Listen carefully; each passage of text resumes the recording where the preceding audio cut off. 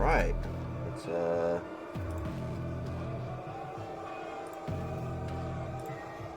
Let's get this party started.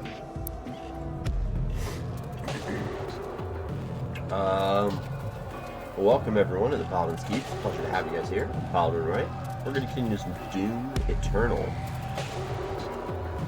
And we are at Sentinel Prime, which is where we last left off.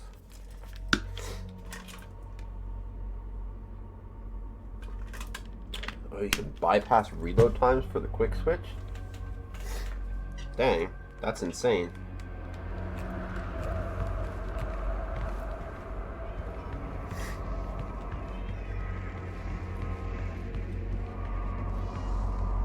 First off, this map is crazy.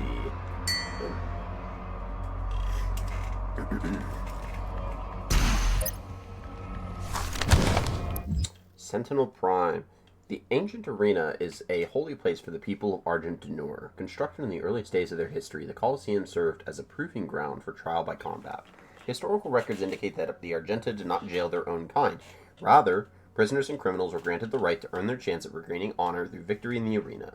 Those who succeeded were given a place to fight in the front lines of the Sentinel army to die in service to Argent D'Nur. The traditional use of the arena has subsided since the assimilation with the Dark Realm. The corrupted priests now allow more violent exchanges with armed captives pitted against demons for sport. The priests of the Order Dog continue to hold undisputed power on Argent D'Nur. Spilling the blood of the Argent Ascended class will result in the transgressor's banishment. Asylum amongst the Argenta will be denied to any who do not adhere to the rules of engagement. That's fair. They run a tight ship. What can you say?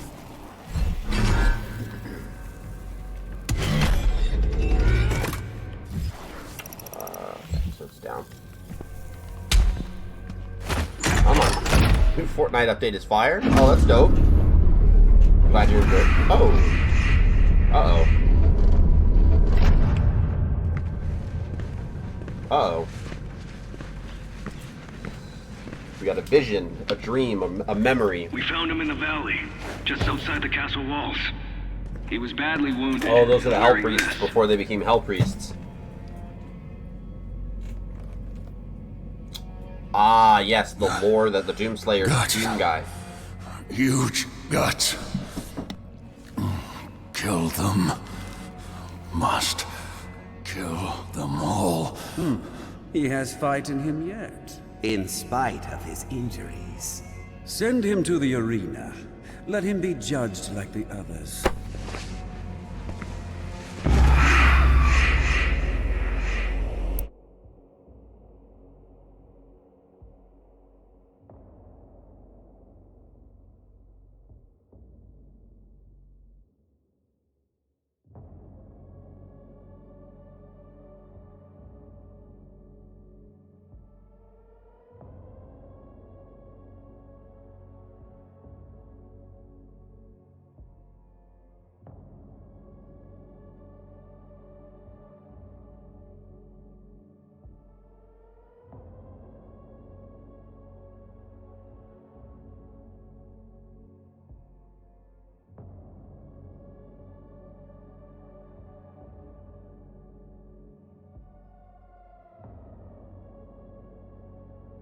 Alright.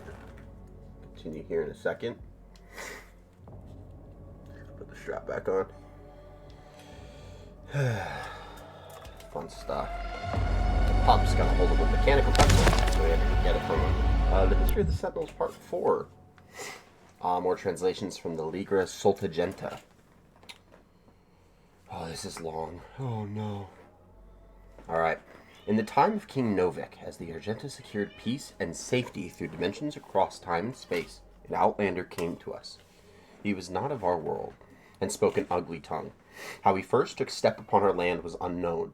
Sentinel scouts had found the outlander bloodied, clawed, and near death, mumbling of impending doom and the forces of darkness. The scent of blood followed him, and the gore that stained his armor seemed not entirely his own. By Argenta law, the stranger would be judged in the Colosseum, where he'd be given the chance of all who stray from the path to fight for his freedom. We knew not of the stranger. His mind seemed crippled with rage. His He dressed in attire not suited for our lands and carried munition of arcane origin. We watched as his will overcame his injuries, and in the blood arena he proved his worth. The Outlander's technique was crude and brutal, but the determination in his charge echoed that of any trueborn sentinel. His war cry echoed through the Colosseum, as did the sound of his fury, and the guards cheered his banner. Rip and tear, they shouted, as the beast pushed beyond mortal wounds and certain death. He would be gifted no rank, no title. The survivors in the arena were provided only one reward: the right to earn an honorable death while spreading the blessings of the Makers to those in need. The Outlander's determination was witnessed, his ravings documented, and through the word of the Order Dog, the Khan Maker had him brought before her. She set her minions to learning his tongue, for his ugly words he spoke of lands unseen, creatures born of fire, and a dark place unknown to the Queen and her caste. Yet another opportunity to expand the gift of the Makers to those in need. So Doom Guy is the character from the original Doom games. So Doom 1 and 2. And so the lore for this game is that the Doom Slayer is the original Doom Guy. And so this is a continuation of the Doom story, alongside it being kind of a revamp.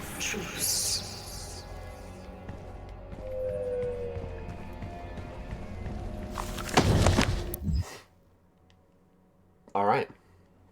On the eve of the Black Star, the Dark Ones came from a world beneath our own, not through ship or ephemeral vessel, but through the fabric of dimensions. Out of swirling fiery gates came horned beasts from a timeless realm. First one, then many. Crashing waves of evil swelled from the obsidian forests of the Argentian overlands.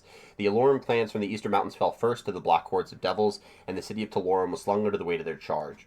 We sentinels rose to meet the beasts with spear in hand, the might of the Holy Fleet striking back at the demons, but the dark gates from whence they came gave birth still to an even greater horde. A line of blood was drawn with the fallen on both sides, and the unholy wars began as the time of darkness came upon us. But this is going to help explain why in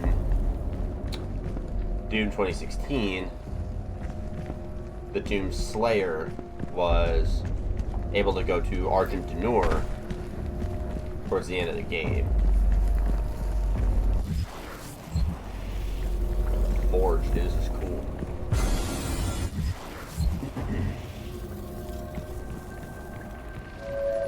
I know of what you have left behind. Go back to it then. Leave this crusade. You cannot save them. They have asked me for this, and so I give it to them. If you let the priest live, then I will return to you what the demons took from you so long ago. Is it my bunny? You need only turn back, and it will be yours again. All the pain you carry will be gone.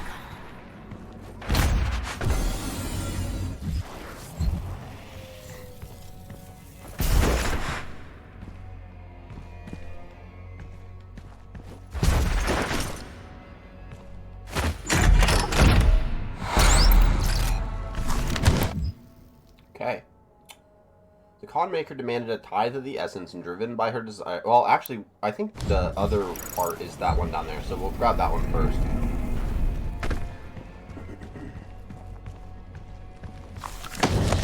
I was right. So unlike the enemies of the past, we could not contain the demons emergent from the Dark Realm. Their weaponry was not conjured from machine steel, but from the essence of their very being. A dark magic not known to us in our many conquests. Had we grown overconfident? Our victory serving to dull our blade as we drank in the glory of our expanding empire? Lost, we knew not of how to prevail against this foe. The Maker God stood perplexed. Our engineers and priests scrambled to find the advantage in battle we so desperately needed. Unknown to the enemy, we were pushed to the brink of defeat, and our God stood with us as we worked to find the answer. The Order of the Dog were the first to unlock the mystery of these foul creatures. The priests were able to capture several of the beasts and set about to identify the source of their power. It was then that the essence of the Dark Realm was discovered. Not wholly unlike our own, this power was the life essence that flowed through their twisted form and powered their attacks. It could be harnessed to power our own weapons, giving the Argenta the chance to combat the demons on even footing. The priests believed that with greater knowledge of the essence, we could discover its source and cut it off from the demons to strangle their armies from within, allowing us to regain the advantage we required for victory on the battlefield. The Khan Maker gave blessings to our majesty and directed the priests to delve deeper into the mysteries of the scarlet elixir from the demonic realm, for she sought only to return balance to our universe. Proper assimilation was required as hell stood beyond her influence. After a great effort, the priests discovered more than they had ever hoped for. They learned of the true nature of the demonic energy and how it could strengthen those skilled enough to harness its power. The energy coursing through the malformed bodies of our relentless enemies could be used to end life or to enhance it. The power to heal, to mend, immortality, knowledge, and enlightened faculties beyond our understanding. With the demon's life force in skilled hands of the sentinel priests, and under the righteous gaze of the Khan Maker, our people would not only rise to victory over the unholy horde that clawed at our walls, we would move to a higher plateau of existence, ushering in a new era of military science and industrial healing. No sentinel would grow sick, no Maker would need to suffer the transfiguration that they so feared, all would be risen. None could ever oppose our peaceful ways and threaten our world again. True balance over hell and its legions, over space and time, in this world and all others, we would dictate the order. United with the Makers, we would find eternal peace. So that's, like, never good. Because that's basically what the UAC was trying to do as well.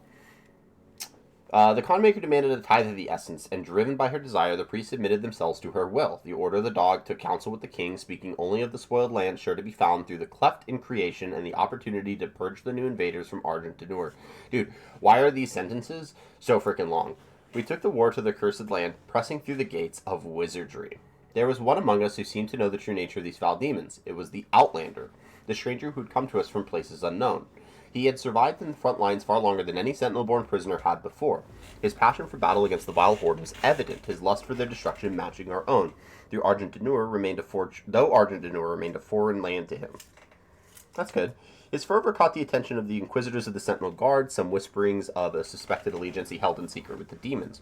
Silencing the critics, King Novik deemed him worthy of selection. The signifiers brought a commission to our king, and it was decided that he would be lifted from the common rabble. Though no arena-born prisoner had ever been granted the honor, the Knight Sentinels broke tradition and deemed the Outlander worthy of training. A number of disciples grumbled and chafed at the barbarian present in their ranks, but in the war with the demons, all opportunities for even the slightest advantage were to be considered, and as they witnessed the stranger spar with their hallmasters, they found him in an undying, unrelenting compatriot. This man was an outsider, friend to none, and yet rose each time he was thrown into the dirt of the circle. Battered and bruised, his brow stained with blood, he rose with grim determination for the chance to face his enemies in armed combat once again. Time passed as the stranger was instructed in the codified matrices of the Order, the ancient lessons of battle and brotherhood taught to all sentinels. He could sense the opportunity before him. Soon, all of hell would feel his wrath once again. Satisfied that he would not be a detriment to their prowess, the Knight Sentinels granted him his wish as they ventured through the hell gates with the stranger in tow. They knew no rest, fighting in the unnatural elements and training under the blood moon of night. The stranger suffered exhaustion, wounds, and sickness, but asked for no aid and was offered none. 3 times the Knight Sentinels ventured into the gate and back, and upon every return the stranger strode more capable than before, his gait locked in step with the march of the Sentinels. A disciplined and now controlled lust for demon blood ever present, the passing of years and numerous battles with the devils indentured the stranger to Argente's mightiest warriors, and no longer did they condescend to him as a new-blooded conscript, for to them he had become a brother in arms, forged in war, an ally and a weapon. That's because we're awesome. That is basically all the lore you need to know about the Doomslayer, is that he's the Doom guy, and he's dope. Ah.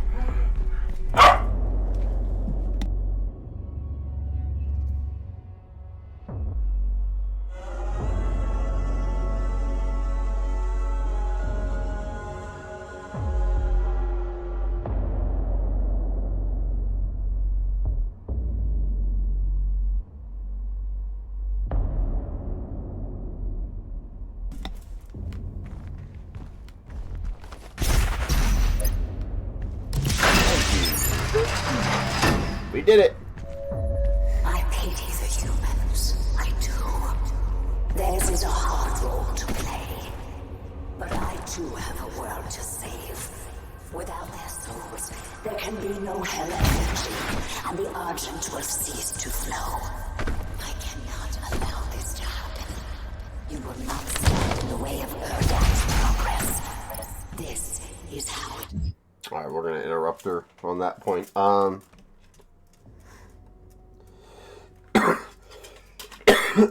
Oh my goodness. Okay, so moving on to this translation from the Soltagenta. As we warred with the beasts, the Argenta society grew, under the watchful eye of the Makers and through the endless power of the Essence. While our generals were consumed with the Holy War, our culture was marked by the beautiful potion the enemy had provided us, the sweet elixir. It brought us immeasurable capacity and empowered us to reach farther into dimensions once thought to be beyond our grasp. Under the direction of our Maker gods and the engineering of our High Priest, our weapons blazed and our war machine stormed. The throngs of the populace drank deeply from the well of energy unveiled by the priest, but we of the Night Sentinels took no part in their abundance. Some among us whispered accusations and warnings against this manner of progress, but they were quelled, as it was not our role to dictate the future of our people, only to defend it. Always been done. Uh-oh. It is not for you to deny us our chance at prosperity. I wonder if what happens with the Night Sentinels is... Because I know they get betrayed, and that was the one dude with the hammer that we met in Hell forever ago. So I know they get betrayed, but I'm wondering if they have like a fracture over whether or not they should use the Argent. Or the Essence, as they're calling it.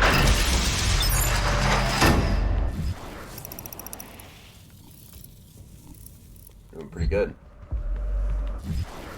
Oh, it's all lore to this level. That's crazy.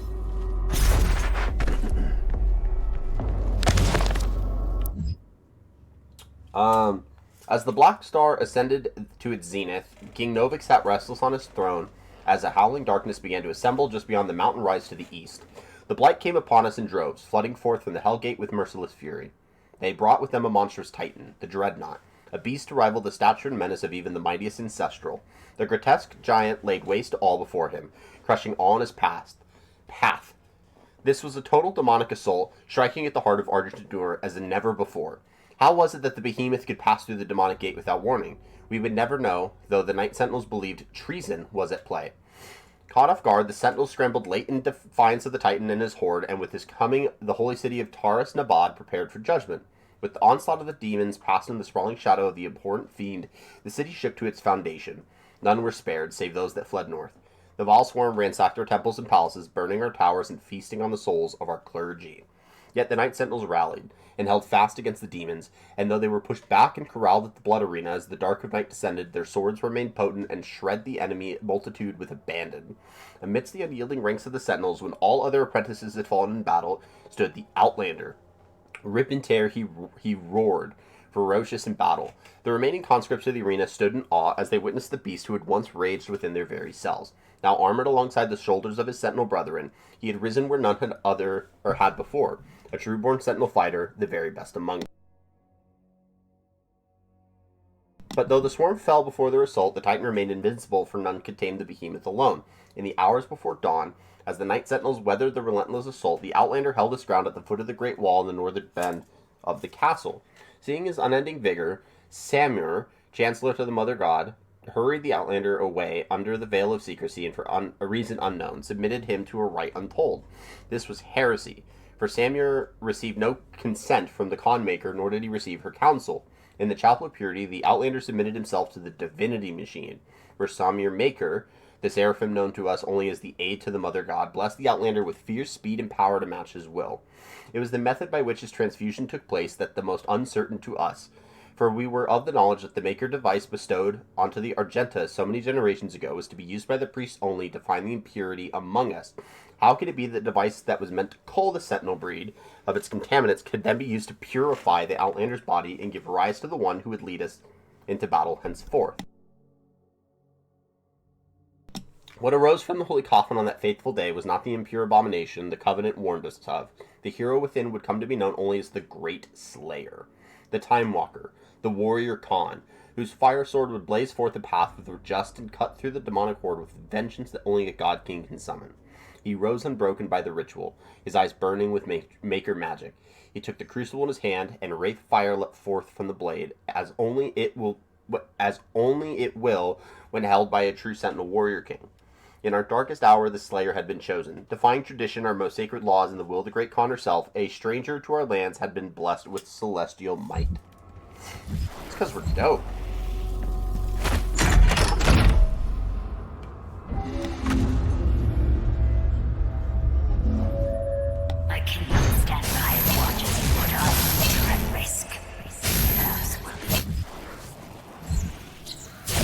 energy will continue to flow. Survival against survival. I don't know what that sound is.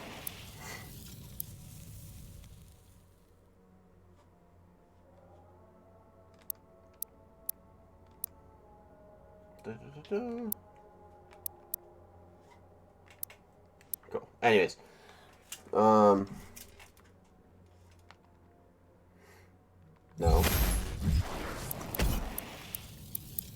What did we just unlock? Oh, Daggrav. Okay. Daggrav remains the most powerful of the Hell Priests amongst the people of Argent D'Nur, frequently visiting his ancient homeworld to lord over the populace. Hey, Jahan, Paladins do a challenge. What if you can only use melee? We can try, though I don't know how well that's going to go. I'll be completely honest, because the melee in this game kind of sucks. But we could give it a shot, is what we'll do for a little bit. Arrogant and pompous, Grav calls for Bloodsport in the arena to entertain the fallen citizens of Sentinel Prime since the demonic invasion of Earth began. He has operated on the planet's surface along with his fellow Hell Priests to direct Hell's forces, but after the deaths of Dog Nilox and Dog Rannoch, he has fled to the safety of the arena. It was Dog Grav who facilitated the torment and eventual betrayal of the Sentinel commander Valen, taking the keys to the Sepulchre of Elements and opening the vault of the sleeping wraiths. The ancient creatures were abducted, transported to Hell and tortured to siphon away their power. He used the heart of Valen's son to animate the icon of Sin, a titan still spoken of in legend throughout Argent D'Nur. Crazy.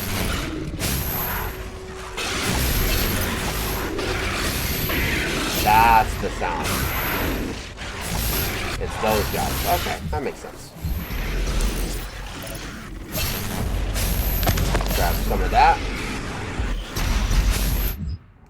Gladiator. In the years following the end of the Golden Age, competing factions of Argent D'Nur turned against one another. An insidious influence had beset itself upon the Sentinel people, corrupting its once held sacred traditions. The Colosseum, once a place of honorable combat where prisoners of the Argenta were tested for the right to fight in the front lines of their army, has since become a place of blood sport.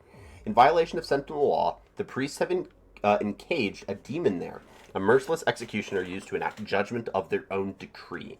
The gladiator, wielding an accursed shield which entombs the tormented soul of his undying master, remains undefeated in battle, infamous for the many lives it has claimed.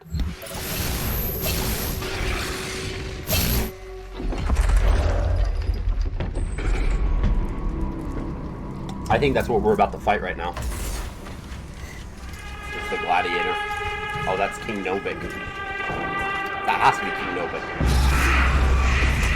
Boom! Punch him.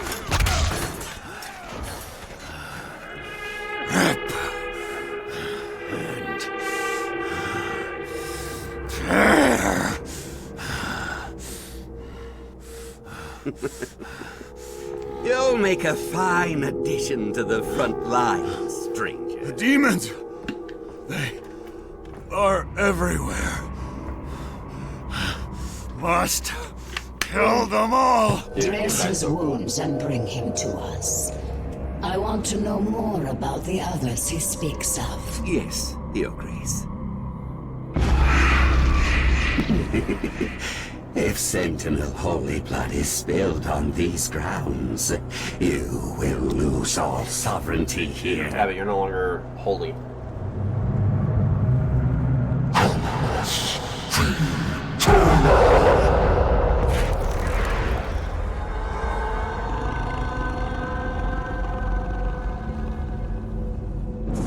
Here we go.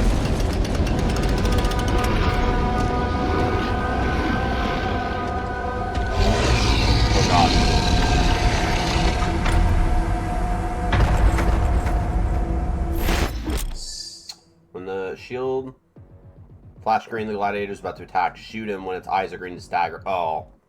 We won't be able to do only melee on this boss because we have to shoot his eyes.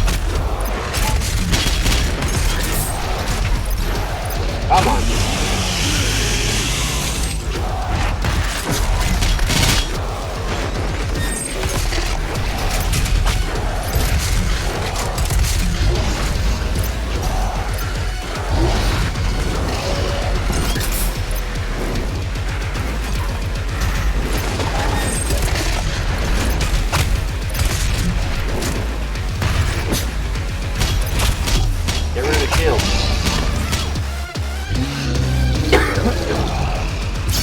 Uh-oh. There we go.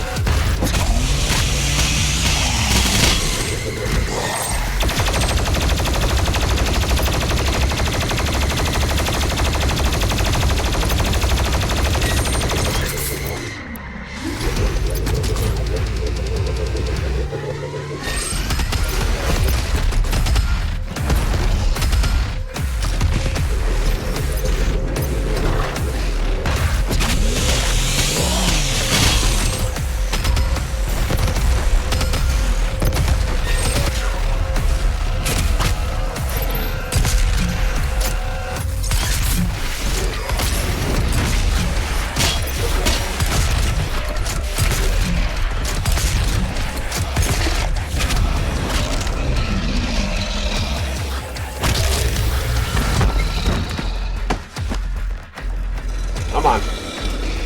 Boom.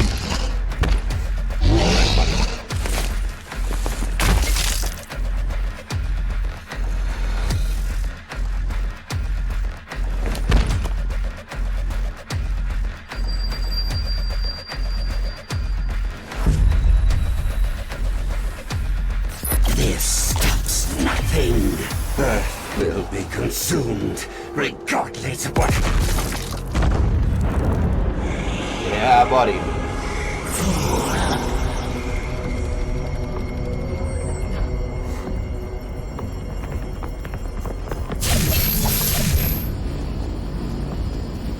The portal is ready. We should leave immediately.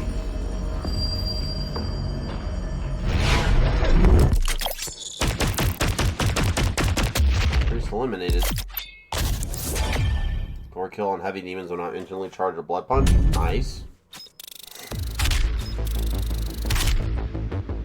Alright. That was an easy level. That wasn't really a level, it was really just more a boss fight and a lore dump. Which is fine. We take those. I was really hoping that we could probably keep the helmet on for as long as The we'll Khan Maker has have it overloaded your with systems. Vega has lingering no thought that I control over had in the episode, so I think we're gonna have to go without it for a little If while. you had let the culling continue, Kinda the sucks human what it race is you with this. fight to protect would have To make my life a survived. little easier. Now I will resurrect the icon of sin. He will devour Earth and leave your home world in ruins. Life on your planet shall never Is there a be demon in my disturbed. ship? Oh, there's demons in my ship. This will be yet another world you brought to extinction. This stronghold will now serve as your prison. With no power, you can do no more harm to our mission, and we may continue the work that must be done.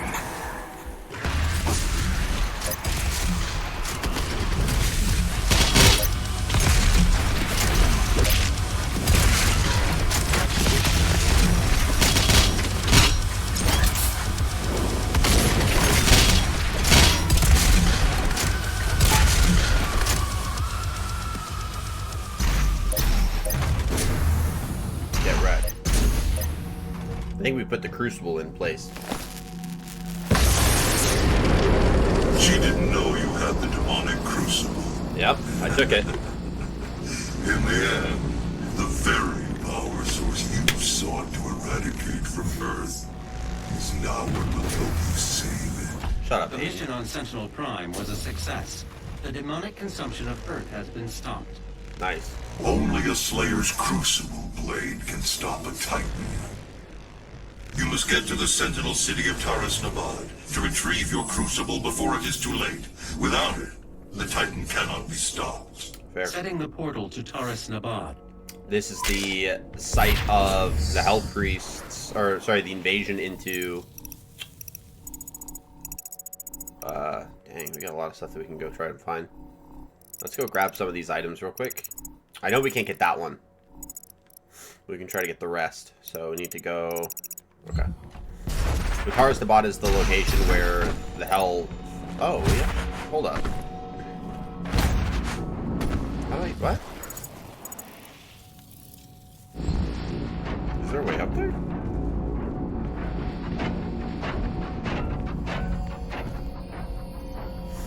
There's gotta be something I'm missing.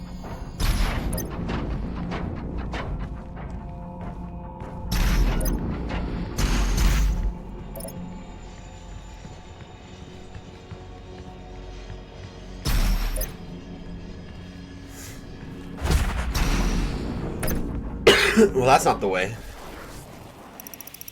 How do I get that?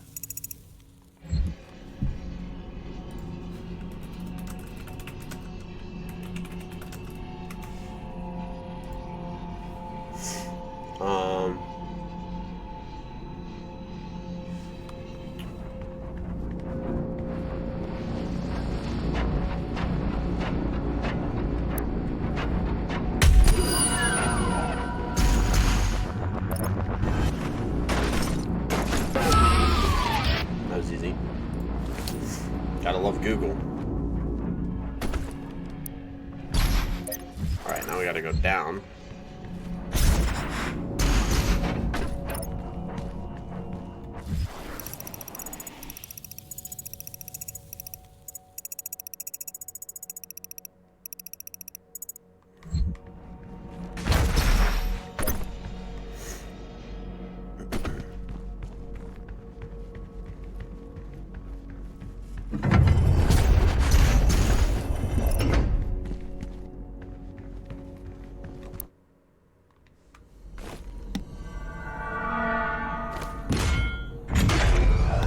Demons roll up on my ship and they're getting blasted too. Yeah, that's facts.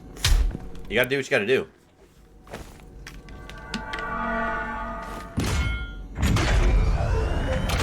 Demons roll up, they roll up. And you just gotta get to the ripping and tearing. There's not really much to do. Welcome in, White Ninja Star, by the way. Thank you so much for stopping by again. I really appreciate it. Happy Saturday. Hoping you're having a good start to the weekend. I had a fun leg workout earlier, and other than that, we're gonna have a nice, relaxing time killing some demons, as one does. Yes.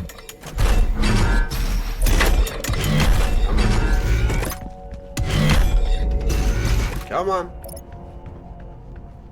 Oh, I think that's the Praetor suit.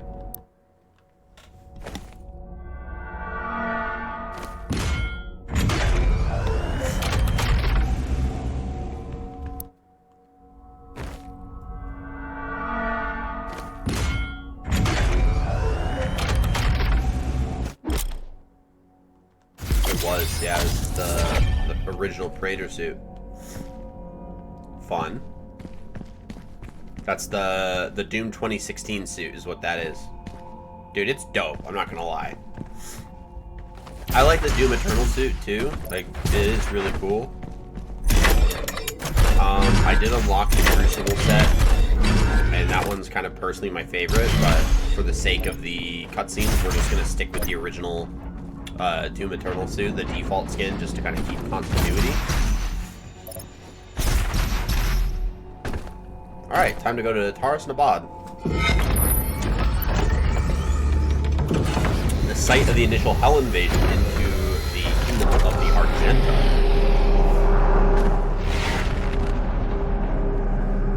We gotta get a Crucible Blade.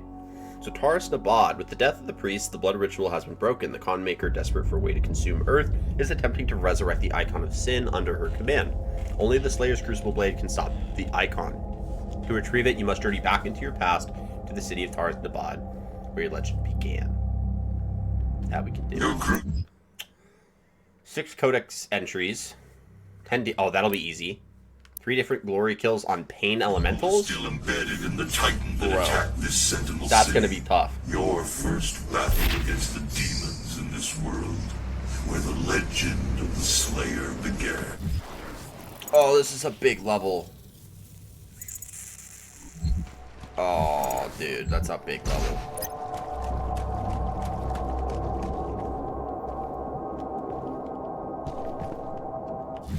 I love this map, though, dude. This is insane. We just jump. Yeah, we just jump. So, Taurus Nabad. The city of Taurus Nabad was the crown jewel of Argent D'Nur. For centuries, it served as the spiritual heart of Argent society, home to both the royal family and the center of political power. No expense was spared in the building of the city, with bold colonnaded architecture and towering monuments to gods and kings resplendent on every avenue. Rural Argenta flocked to Taurus Nabad on pilgrimage to the Maker temples. The city was ground zero of a massive demonic invasion attempt, and although the invasion was thwarted, the attack changed Argenta society forever. Which, I mean, we've read about in the scriptures that they have from the Culture Template. So this is where a Titan got through, and they were unsure how. Man.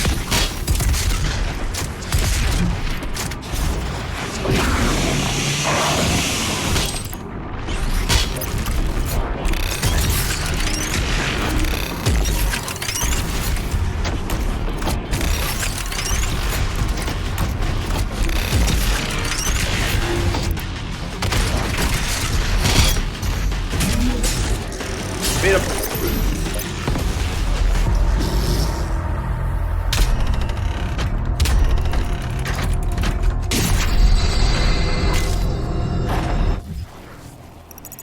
Oh, we have a signal battery we gotta get.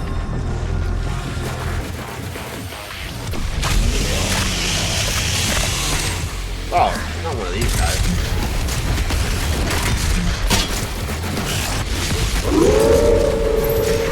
Oh!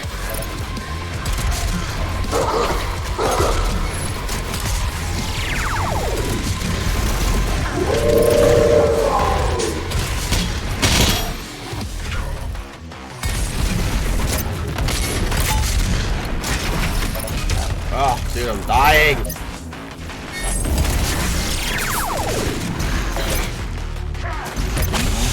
Come on.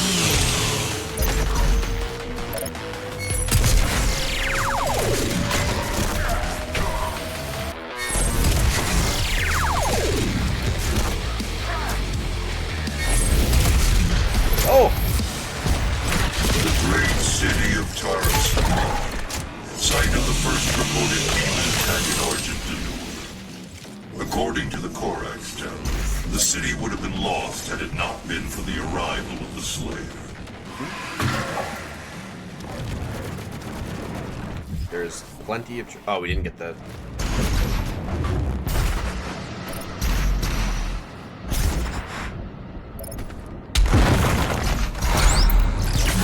last for Sentinel batteries, because I think all we have left is to get the classic Doom Guy suit.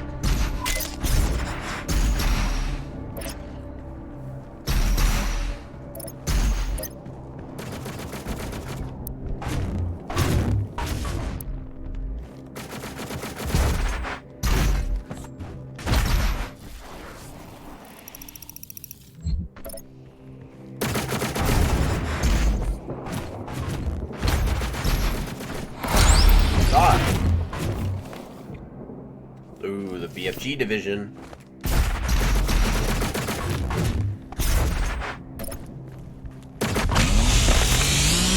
Ammo.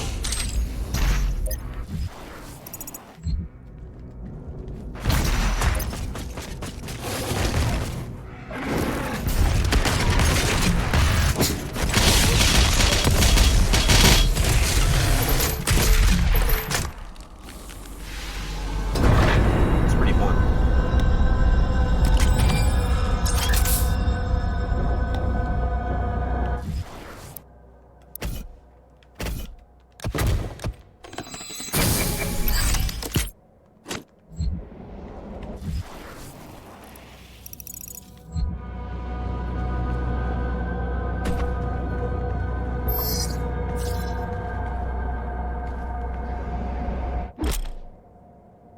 Ah, we have our first Archvile.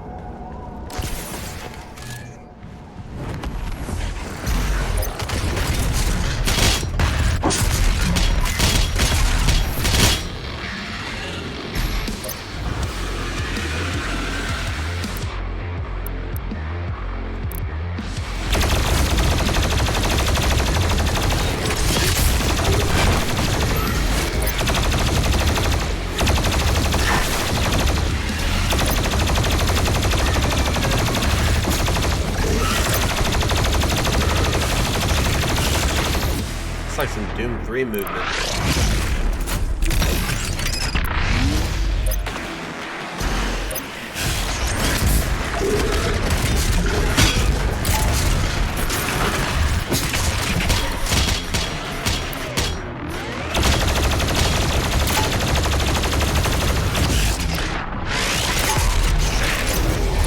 It's up.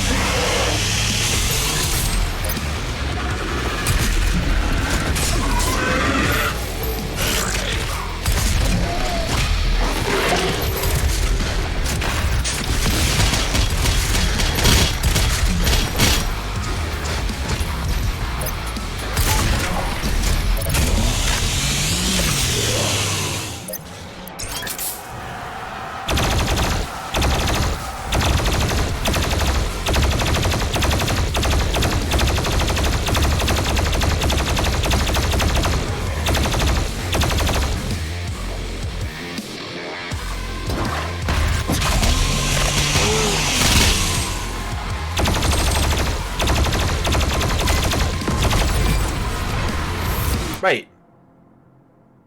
Bro, I need to get glory kills on him. How can I do that if they just blew up like that? That's insane. I think it's because of the floating skulls. Kinda low-key upsets me, I'm not gonna lie. We'll find more though. If we don't, I'm gonna be a little pissed, but it is what it is.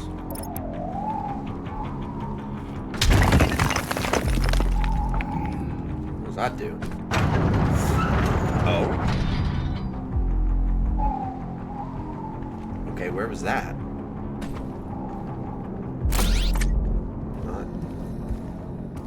Hi, buddy.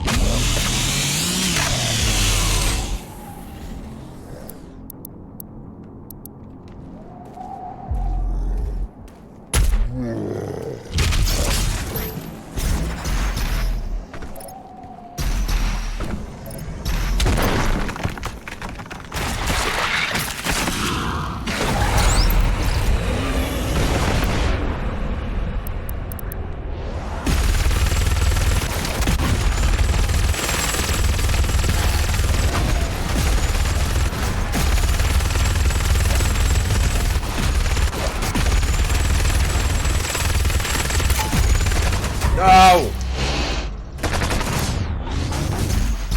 Alright, I know what we're gonna do, guys.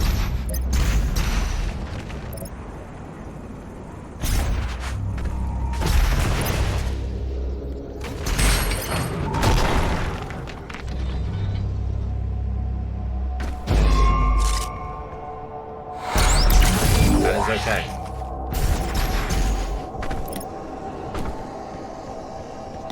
We are gonna purposely fail this so that we can get that kill.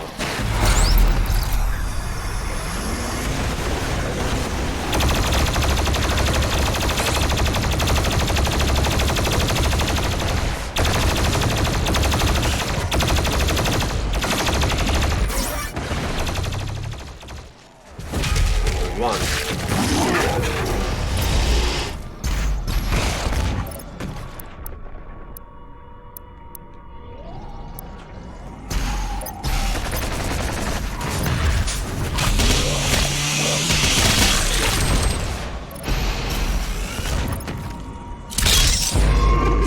Not cheating if it works.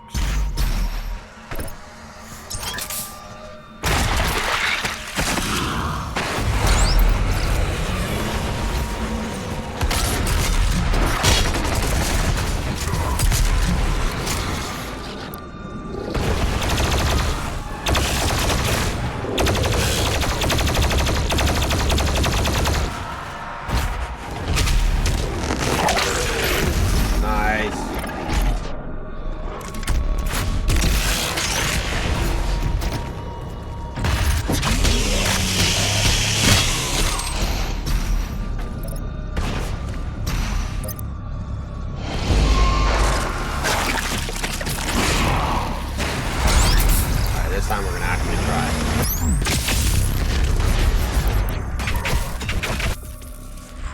Critical damage.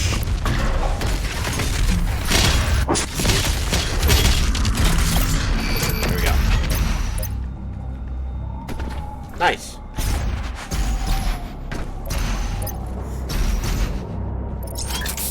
Oh, we already got that.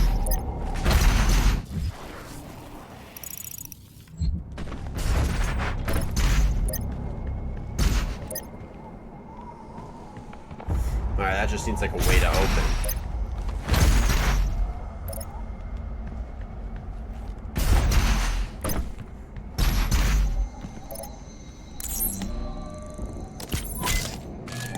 Okay, I've got the auto map, which is good. I don't really want to go too much further until I can figure out how to open up this space.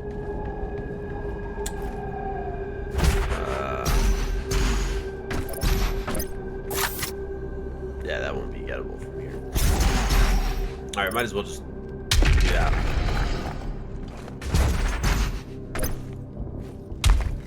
Not that. What is it? Is that a legend? That is a mastery token.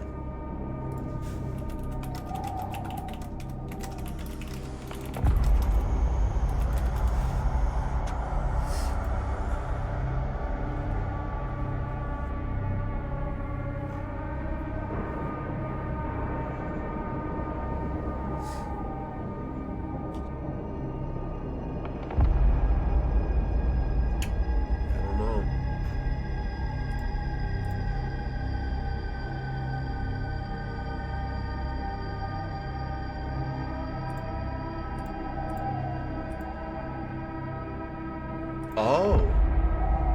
Okay.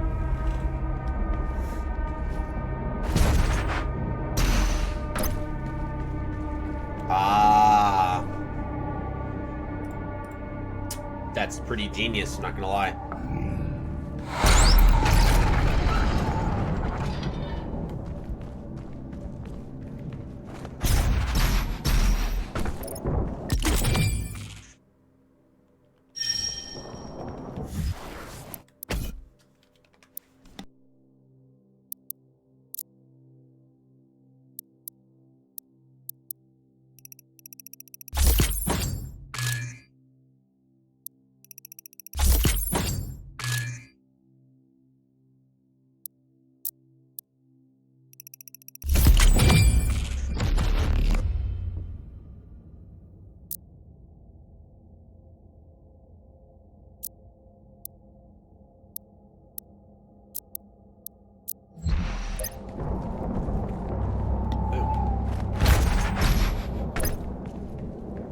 What did that do?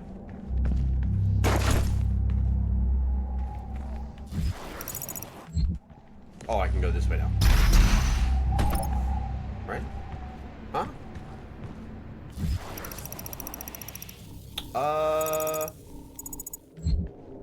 The ground. Oh.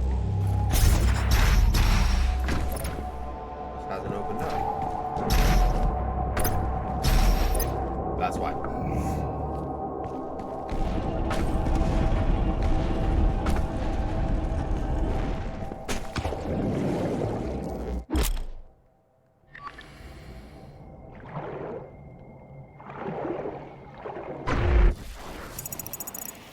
Oh, we just go down.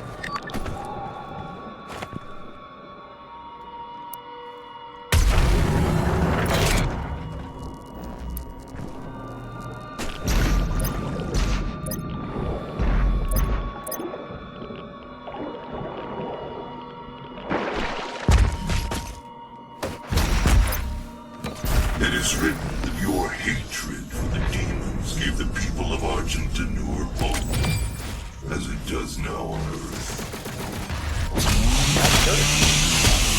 Good for something.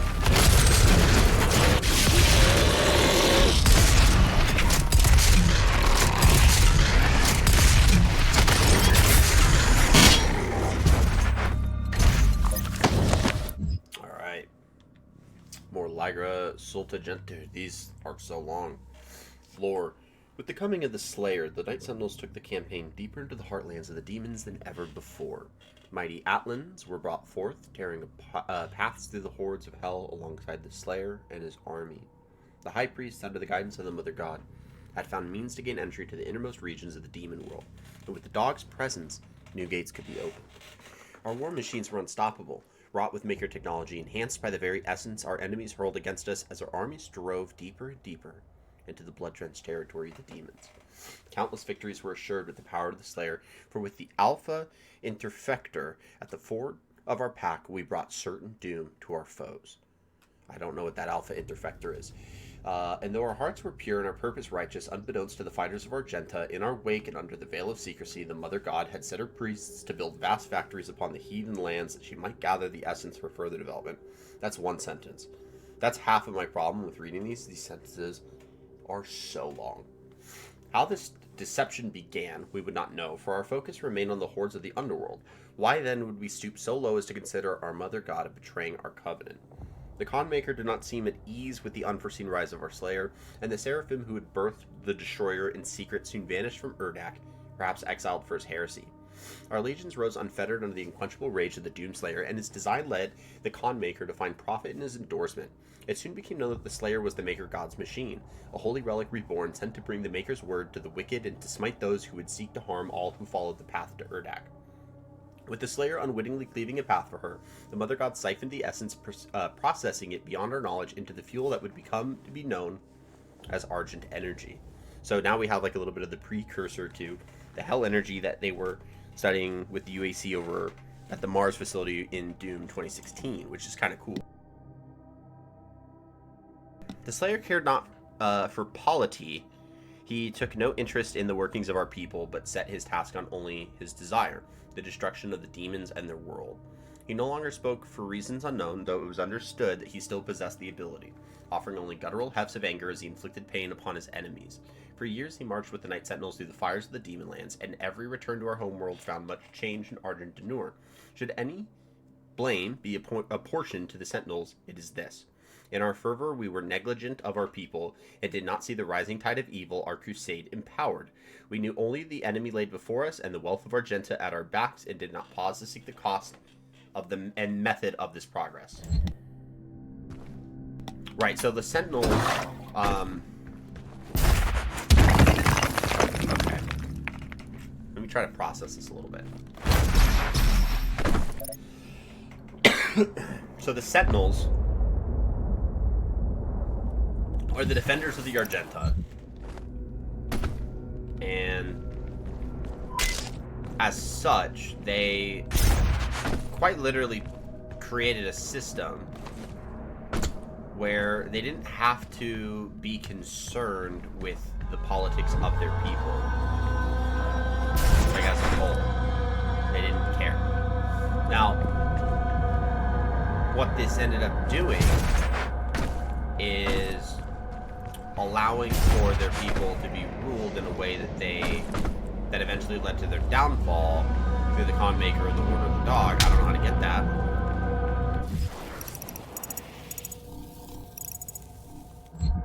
At all. There's got to be another button that I'm missing. It's what I'm looking for.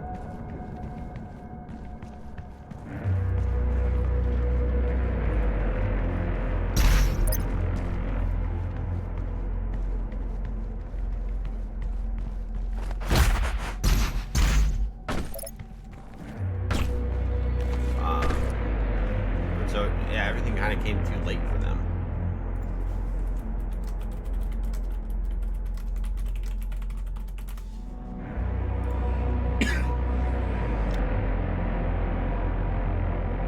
This cough is like the worst it's ever been.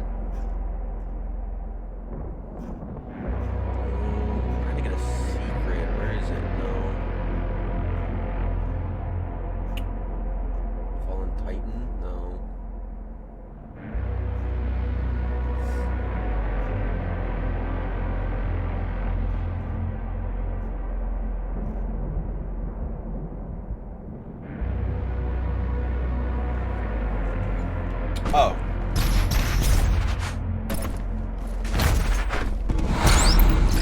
It was that easy.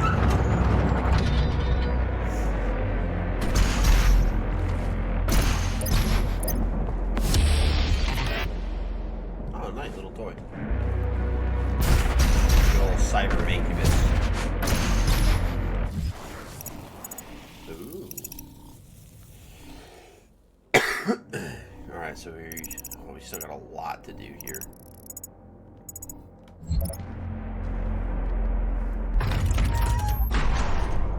Oh.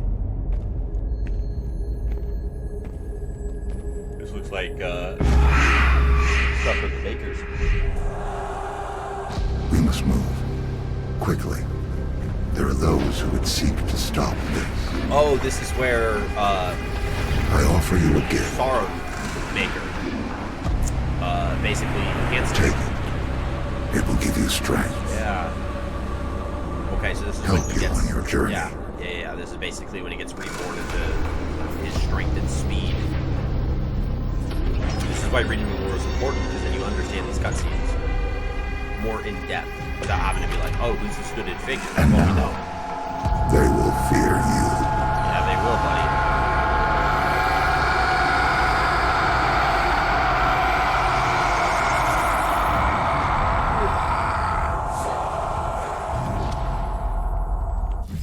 Rip and tear. Rip and tear.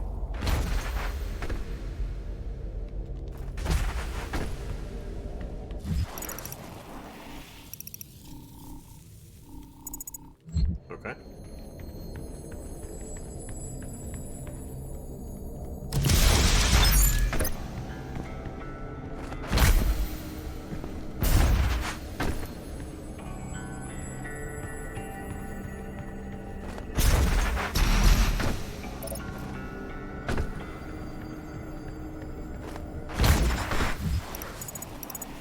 How do I get that, dude?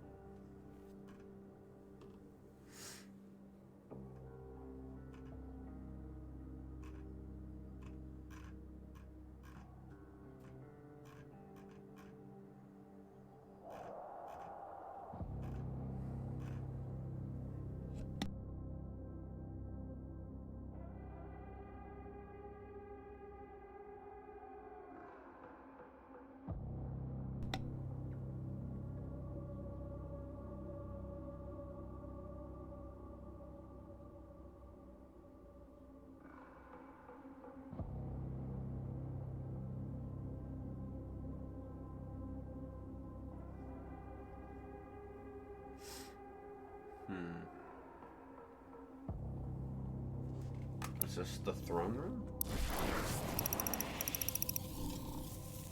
No. Maybe that's the throne room. Oh.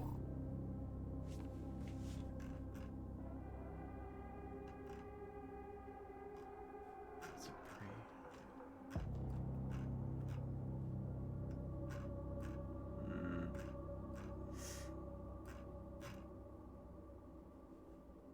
Okay, I think I have an idea. But I can't get it yet. The Divinity Machine. Within the infinite conscience matrix of the all-seeing maker God Mind, there exists every potentiality, every predictive variable of possible future timelines, each one known to the Maker Collective with omniscient, inextricable clarity. The God Mind surveys these timelines, watching them form and expand exponentially like fractal patterns in the fabric of existence.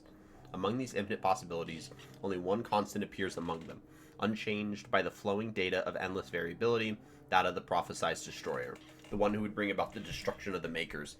Dang. Imagine being able to see into an endless sea of possibilities and finding one constant is your death.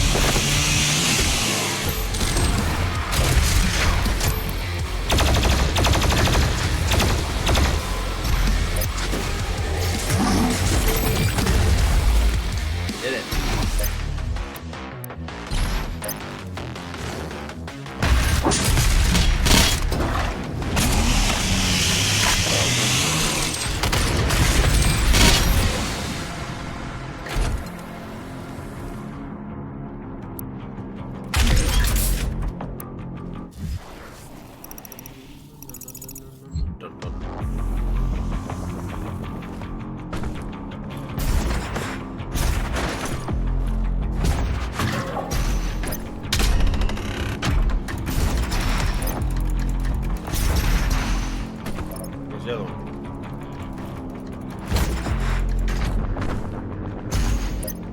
Ah.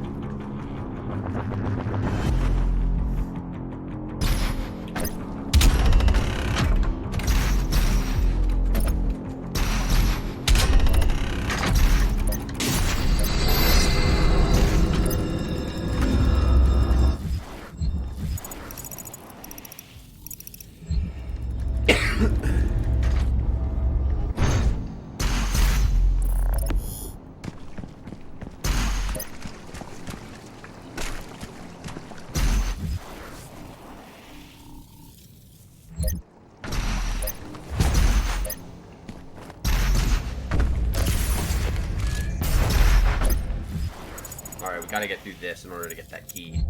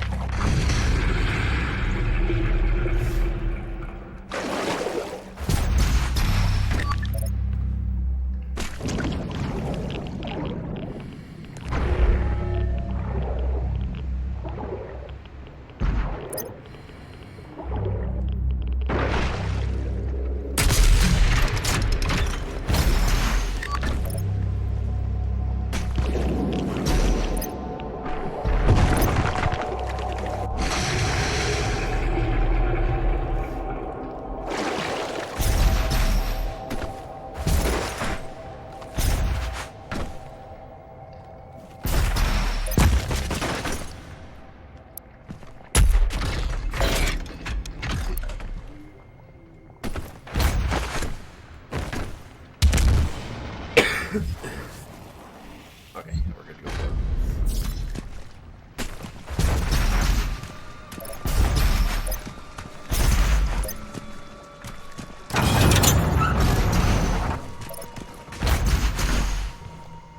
Alright, so now that we got that, we can go ahead and go do this new level. This is going to be good. There's a lot of guys in here. We're going to do our best.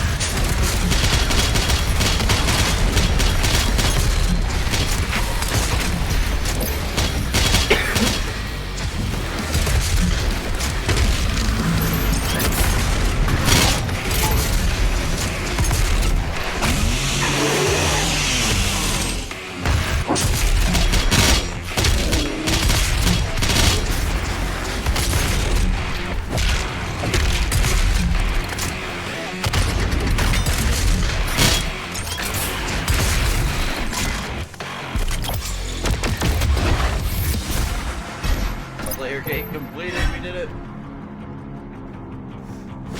Guys.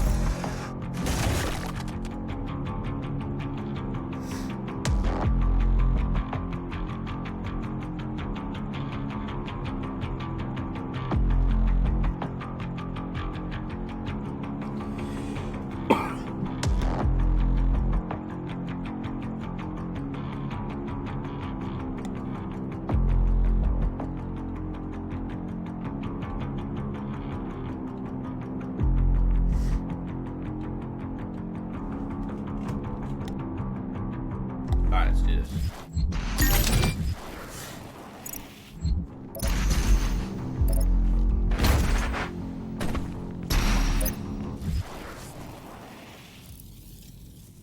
No.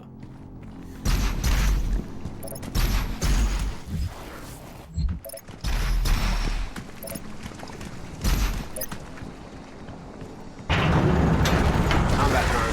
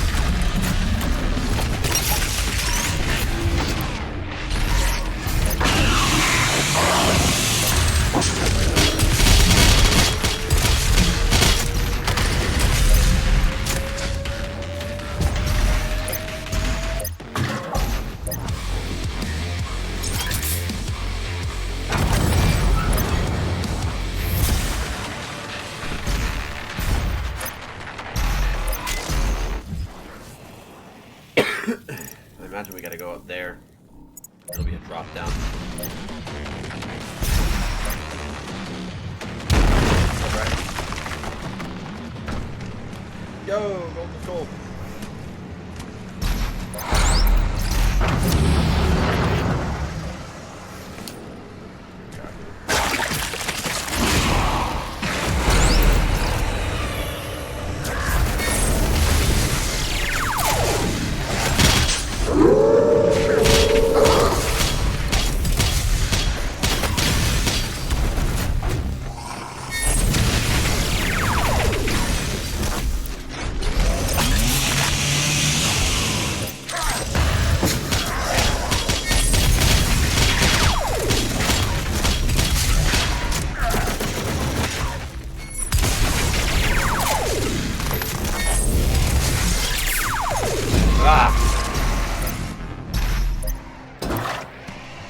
So annoying.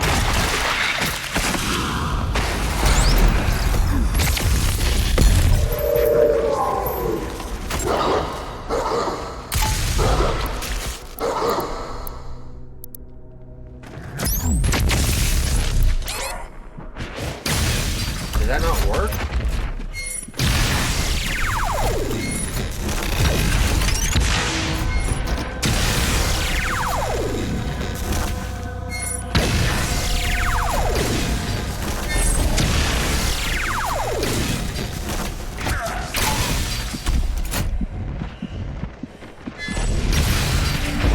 Ah!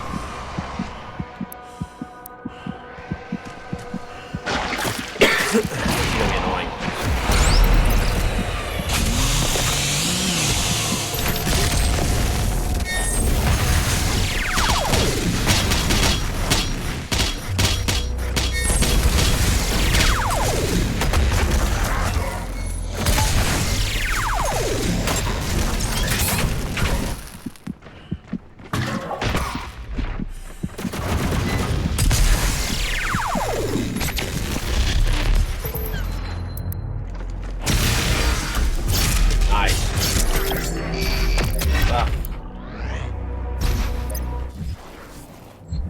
douche nozzle.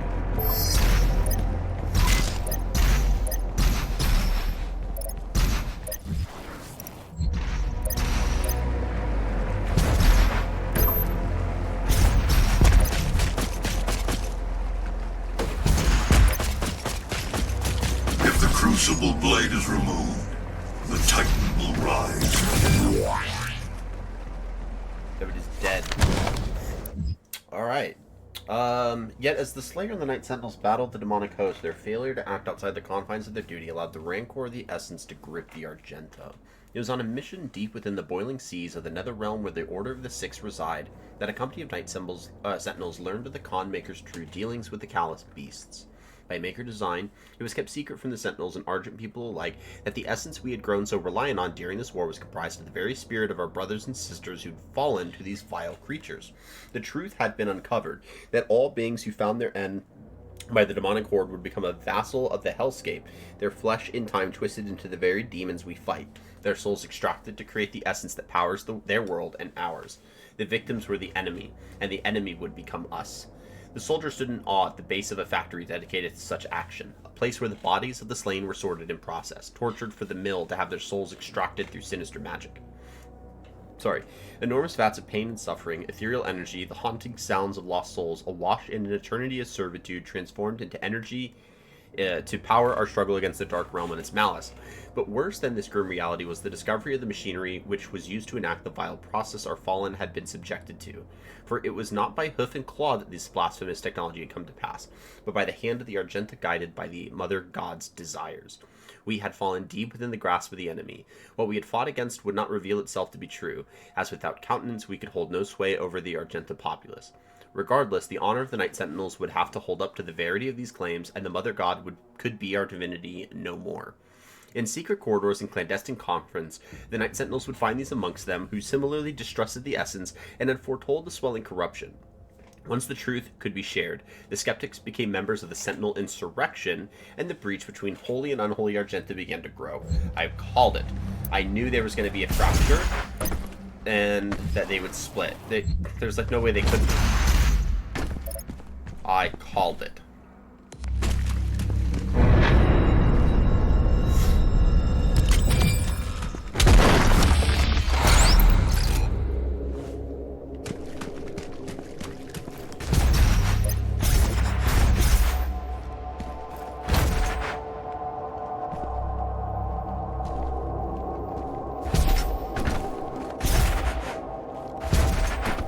Get up.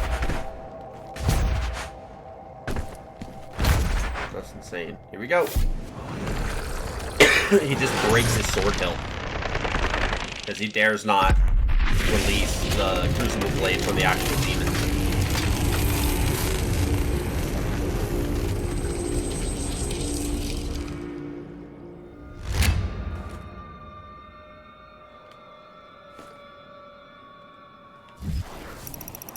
Was a pretty god tier move.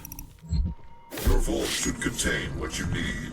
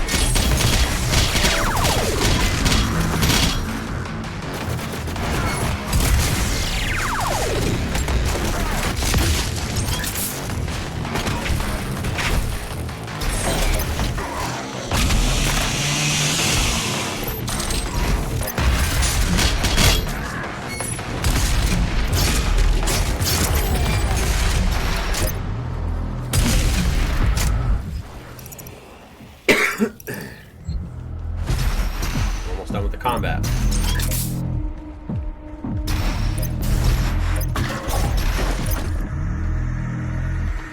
The world of Argent D'Nur has fallen.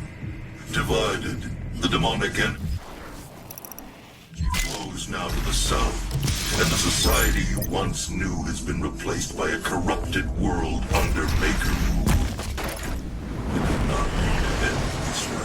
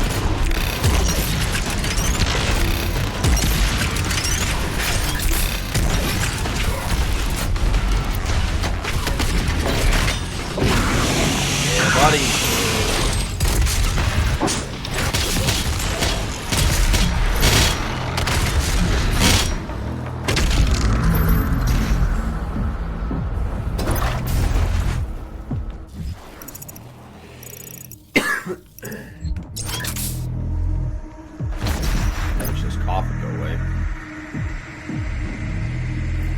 Alright, there we go.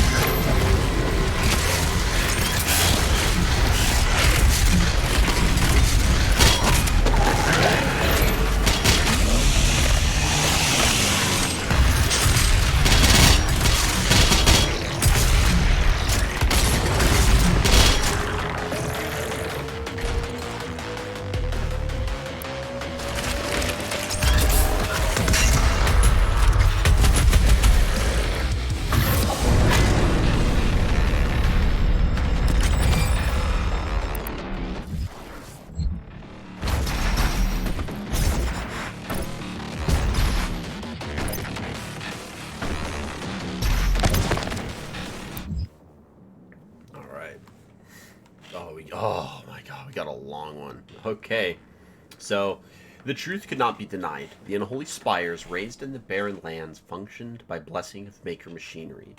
The Khan had betrayed Argent D'Nur and had made concert with the demons to harvest their essence, in return granting them access to all the worlds under her influence.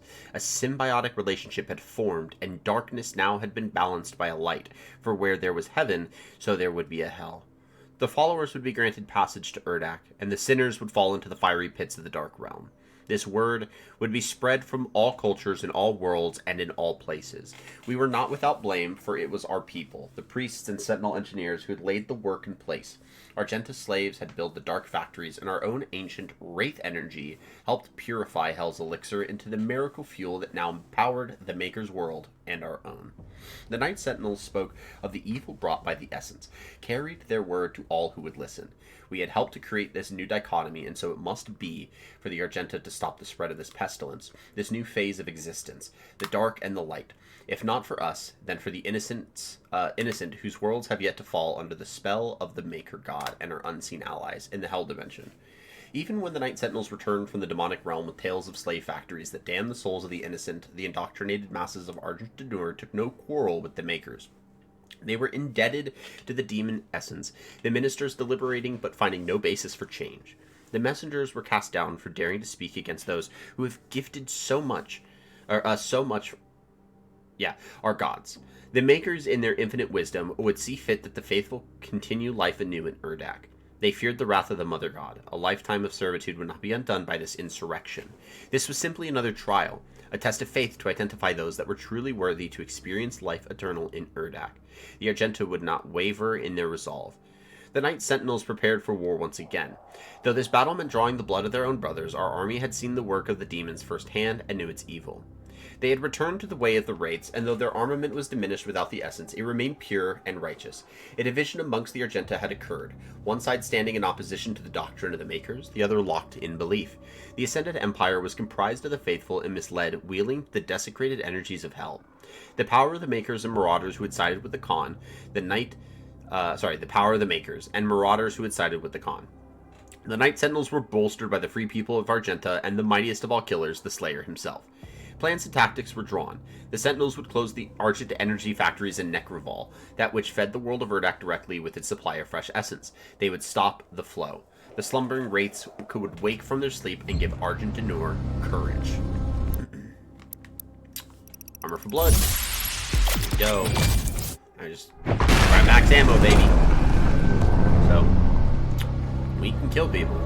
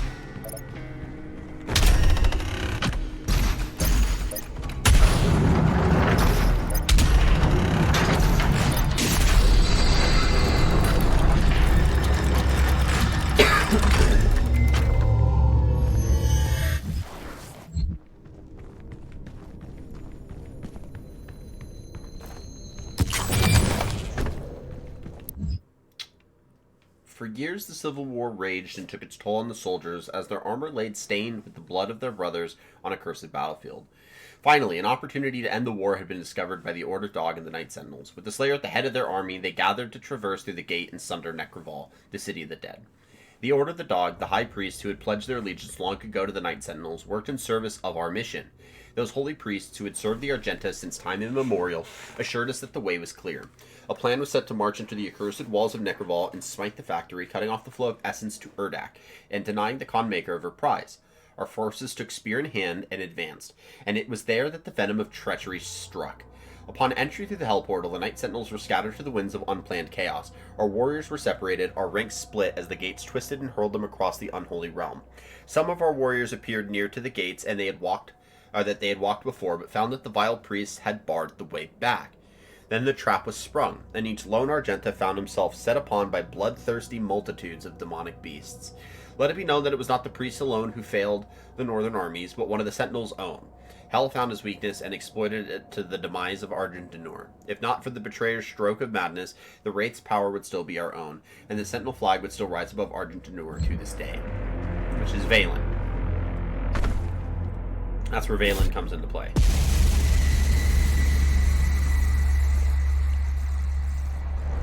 Here we go. New blade.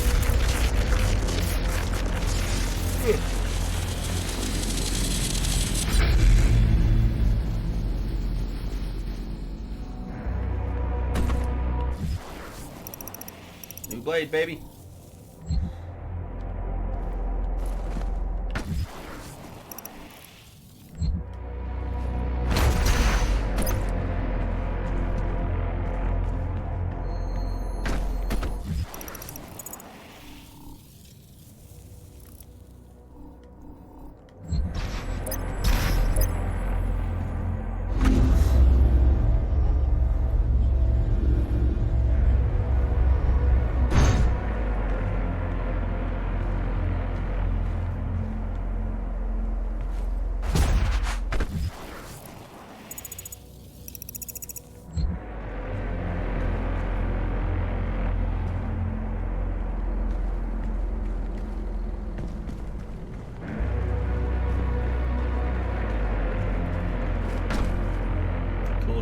zone you got here?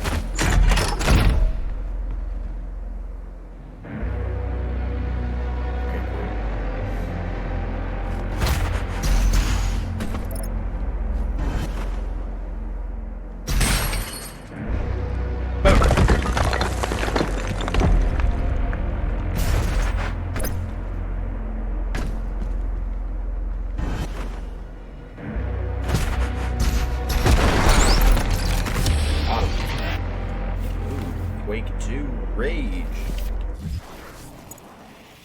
That's everything in here. Hey, Butcher Blaviken, rip and tear that. Yeah, that's what we're talking about. We're gonna rip and tear what we can. Okay, sweet. We have pretty much everything located except for just the stuff that's on the path now. So we're gonna go down. Yep. Jump down. We're going to use this elevator.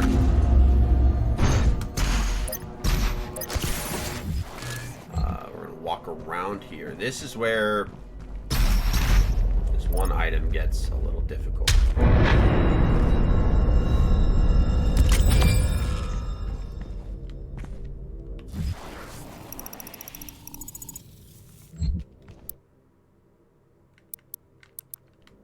So if we can't get it here, that's fine. We can get it at the end of the game, or at the end of the level, when we can teleport back.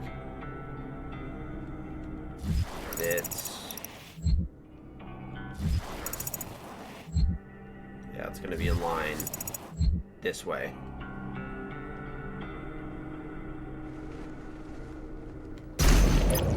We super missed it. Dang. Alright, well. We'll wait until the end of the level.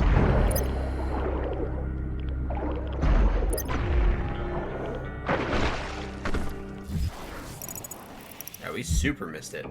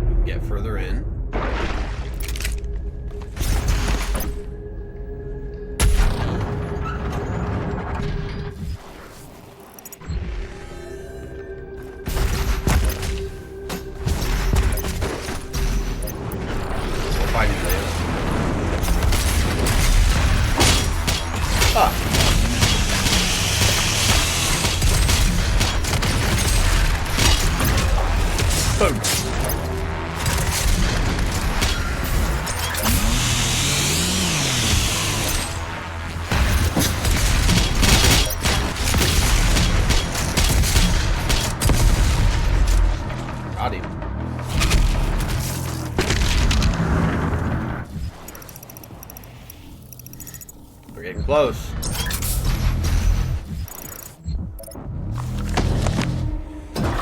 Alright, so now we have another history. Oh, this is the last history of the Night Sentinels. Thank God, these ones are always so long. So, scattered in hell, abandoned by their clergy and reinforcements, the Sentinels proved their worth in what would be their final war with the forces of evil. Unrelenting power in the face of certain death, the Sentinels crushed hundreds of demons and skewered titans. When their Atlands held no more fuel, the Sentinels took to the ground and fought the swarms on land. All of Hell knew of the betrayal, for it was without question the Makers and the Priests who had sowed the seeds of deceit long before the brave warriors passed through the gate. What Hell saw that day was the beating heart of the free people of Argent D'Nur. They did not flinch in the face of their own certain death. They died as they lived, with sword and shield in hand. Urdak, too low a place to house such giants. Theirs would be the fate of warrior gods, remembered for all time. Lord Sash, the stalwart banded sergeant, was found with his war standard pierced through the throat of a great beast, his body surrounded by the corpses of his enemies. Roan the mighty, the light faded from his eyes, had eviscerated such a multitude that their entrails clung to the black rocks like vines. Gore, relentless until the end, had broken his blade on the backs of his foes, and by the time he fell, he had slain another 200 with his hands alone. The priests believed the sentinels all slain, but we are Argenta, born to overcome. Rumors deemed heretical by the Order Dog persist and claim that the Slayer himself still rages in the unholy realm, which he did. He was found by Samuel Hayden. None who live can know, for the future of Argent D'Nur has been bent and twisted by the perverted vision of the essence drinkers. Never again will the light of the wraiths illuminate our world. All has fallen. If the Slayer does live, let him carry our vengeance forward. If he persists, let him wreak violence on those who have wronged us. May the blood of his sword never dry, may his war never end until the guilty have been punished, and may this evil never again spread its shadow over another world. It's too good. Got a mastery token, so we're going to go to our arsenal and do this one, because this one looks like it's going to suck. Get that mastery there. And then, I guess with what we got, sticky bombs were good, so let's upgrade the full auto.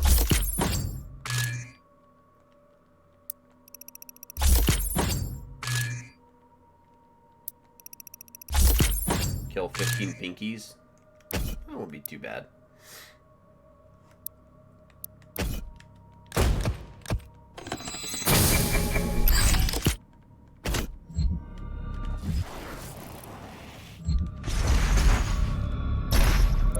Here we go. Time to get our new sword.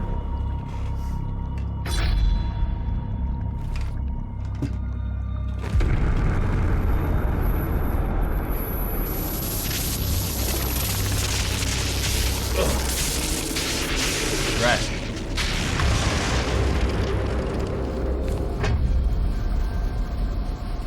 I'm sure you want to try out your weapon first before we leave.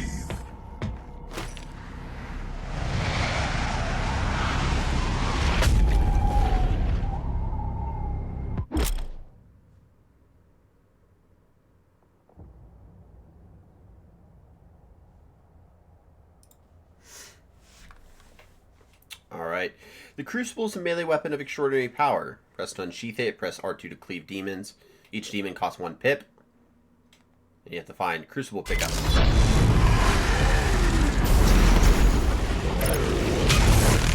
Correct.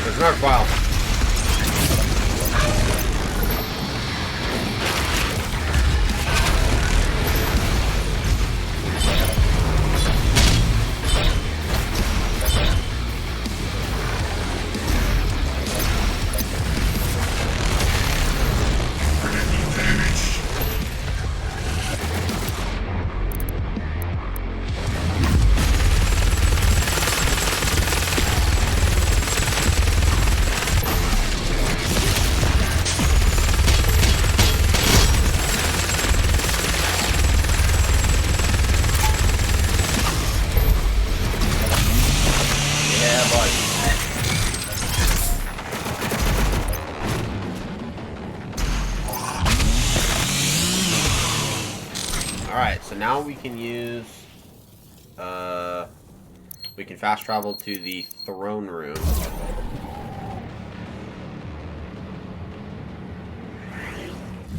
And this is where I believe we gotta go.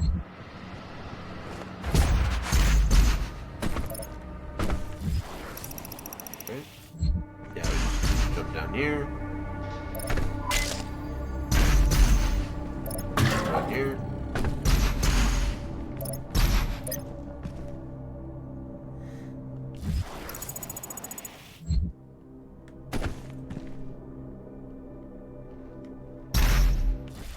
Okay. I got an idea of where we gotta go. How we gotta do this. This is tough.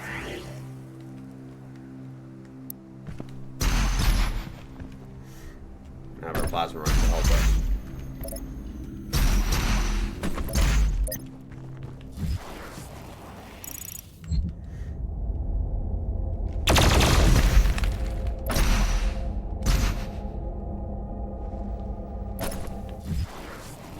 Why do I keep... Okay.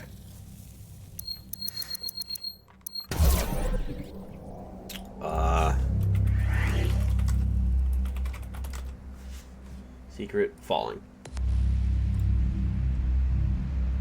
Let's see what we gotta do.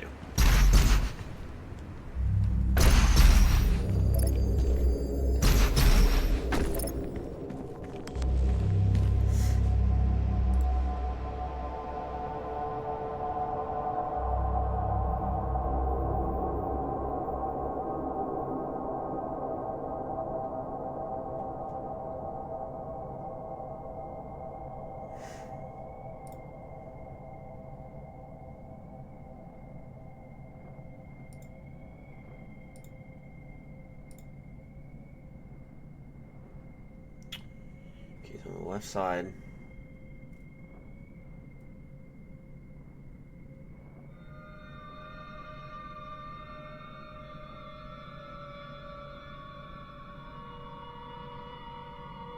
Okay.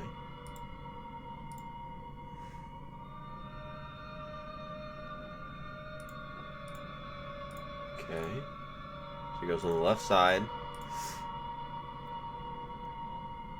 Yep. Then he jumps in.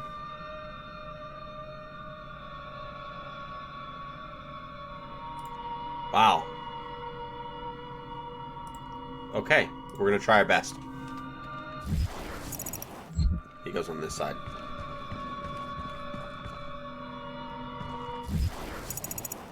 Yep. Oh, I see where it is. I see where it is. It would have been nice if it would have let me do my second jump, but it doesn't.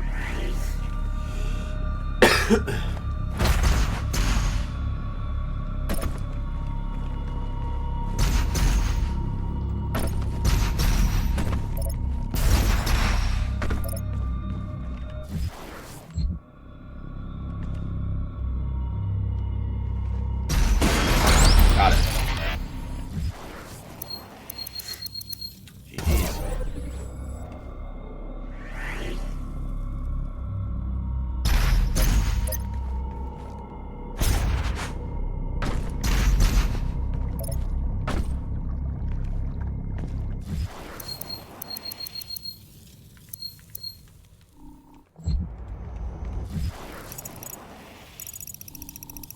Okay, how do I get back down?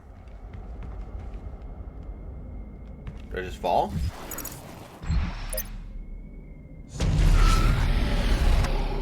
Yeah, I just fall. Alright. Cool. GG's, guys. We did it. Ugh, that was fun.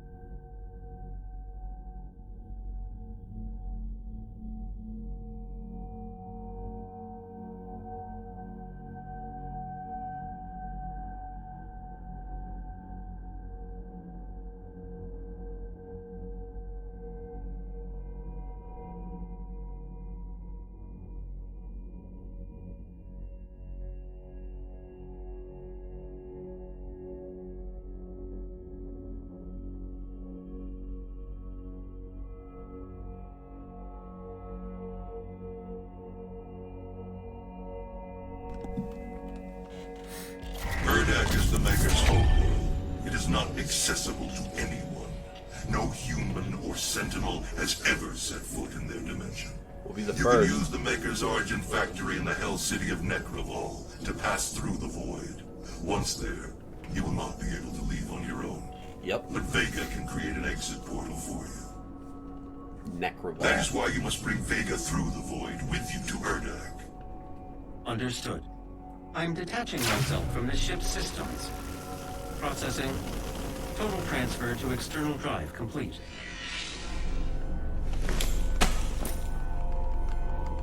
Vega is no longer connected to your ship. I will reconfigure the portal to Necravol for you. How very nice. What's that? Oh. Do you require anything else before we begin our journey to Urdak? You will not be able to return until the mission is complete.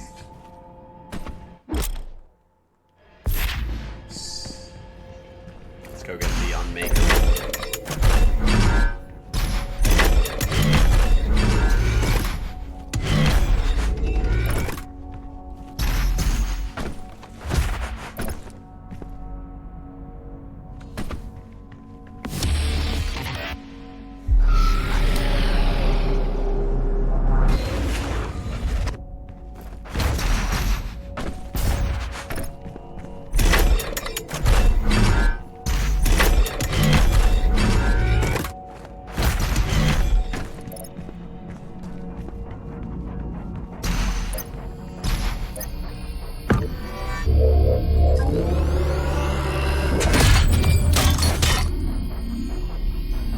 Give me the blade. Or give me the big gun.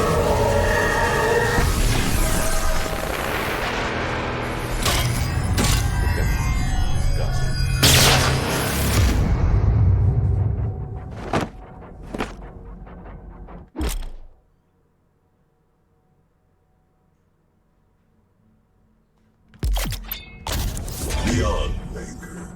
Pure Maker technology. Inspired by Sentinel weaponry and refined by their divine intellect. Its destructive potential is staggering.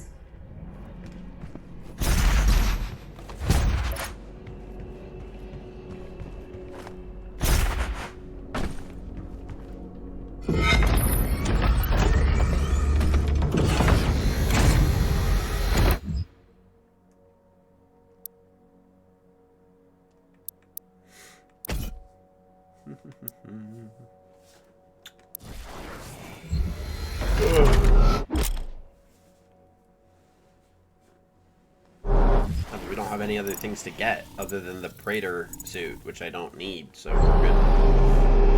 Besides, I already have a 100% save file, and that's the file we're going to use when we do the DLCs.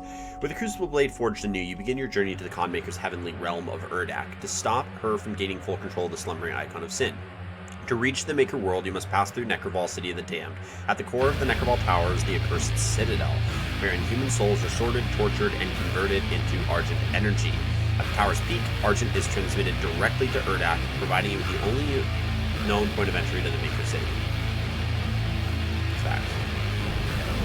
Argent energy is made from the souls of Hell's victims.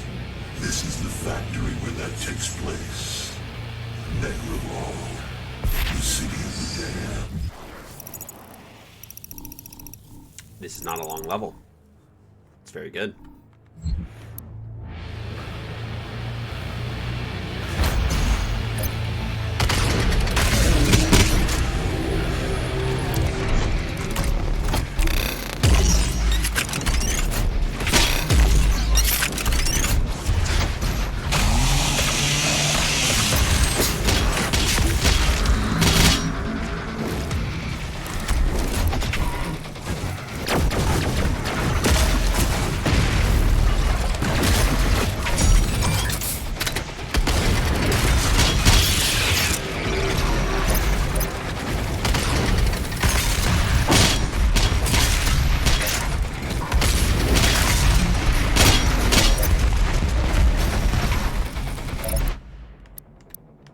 strength to health.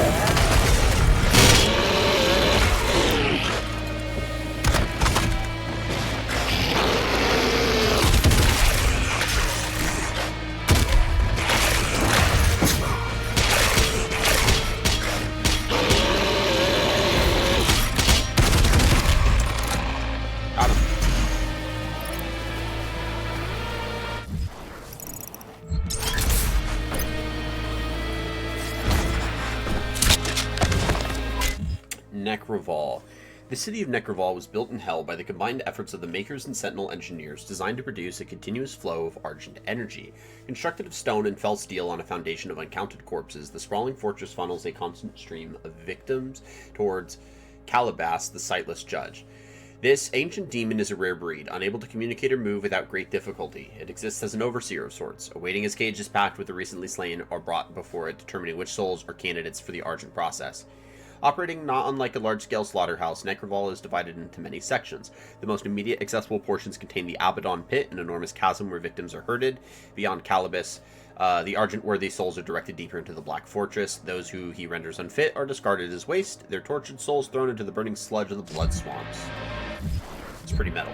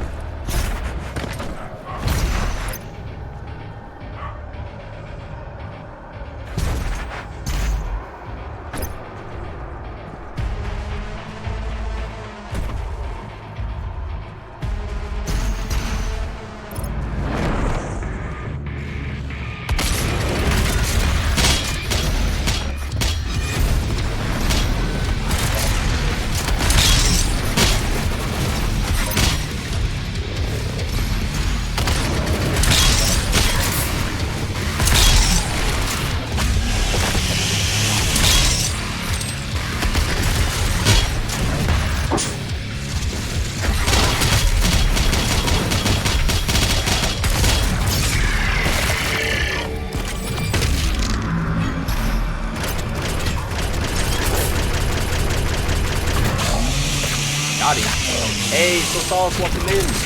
Hope you're doing well. Happy Saturday. Happy Saturday to you as well. Thank you so much for stopping by. I do really appreciate it. This game is so intense, so sometimes it's difficult to check back and check where people are at. How do I get up there? I'm imagining that it's going to be a little bit like that. I don't think that's the way. Yes, okay, hold on. Hold on.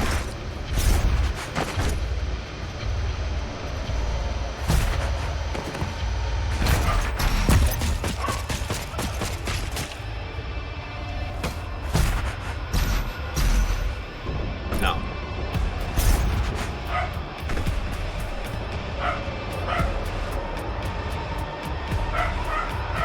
What do I do when I get up there? I'm confused. What's this?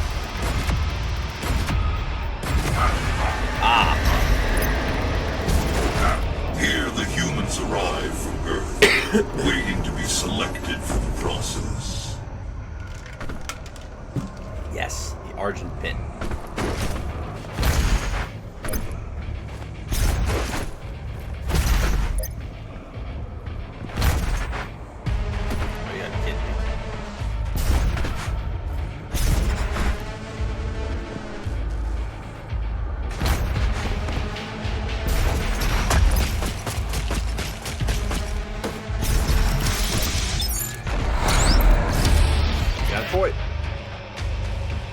dead buddy. Doing pretty well. Alright, into the pit.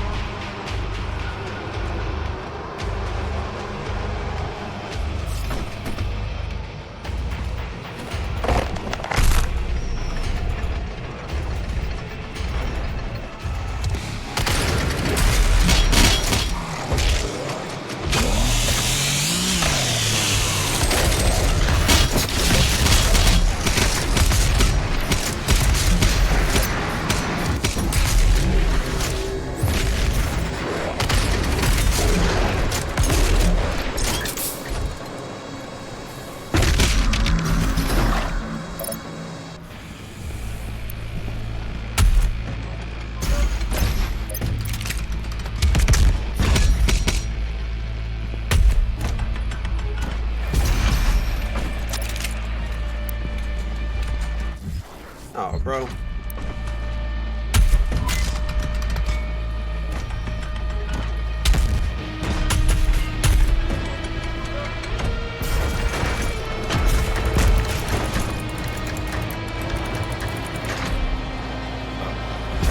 Khan Maker needs Earth and its souls. Her world is... Alright. The culling allows her people to replenish their resources and survive. As you save your world, you put hers in peril. Up ahead is Kalabaz, the sightless judge. It determines who's fit to begin the soul extraction process. The rest will be discarded to the blood swamps.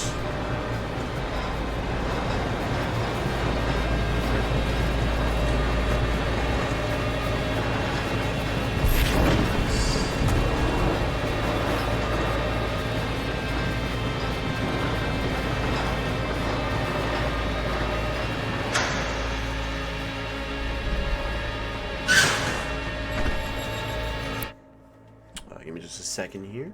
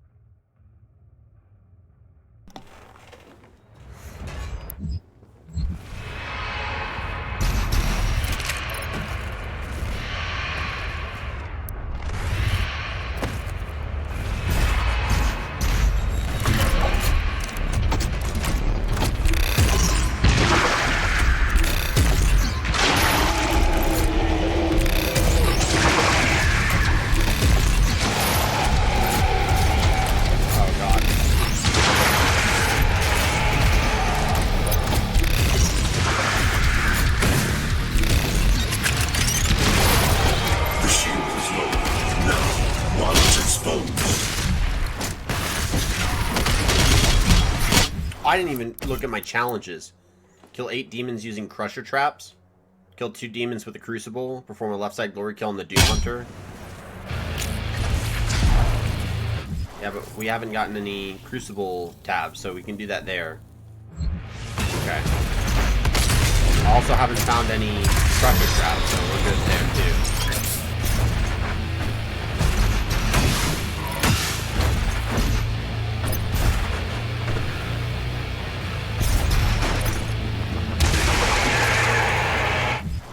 Fuck, I guess.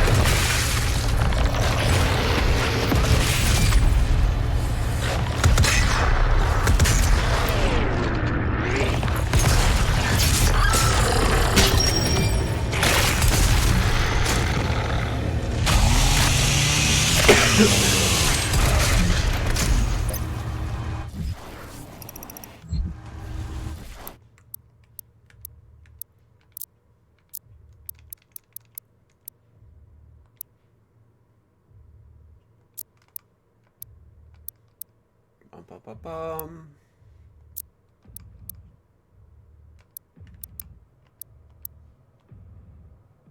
I might as well just bypass this.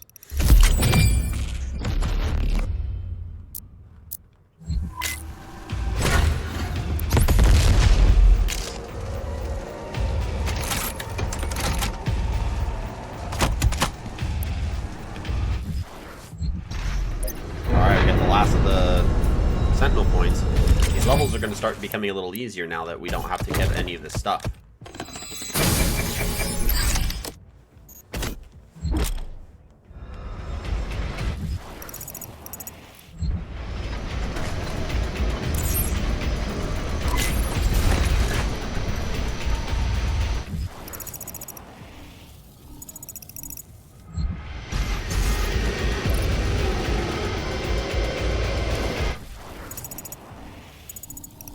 How the hell I would get over there?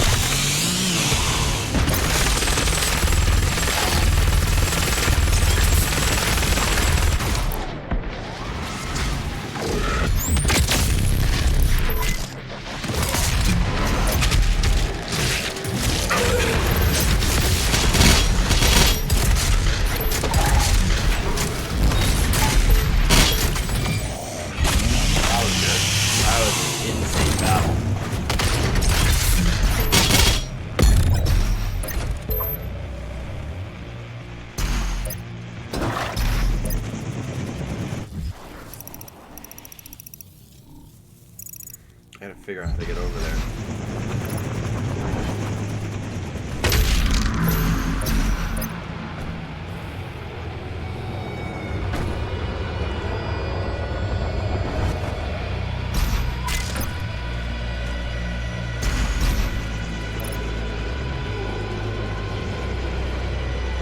Oh. Yeah. That makes sense.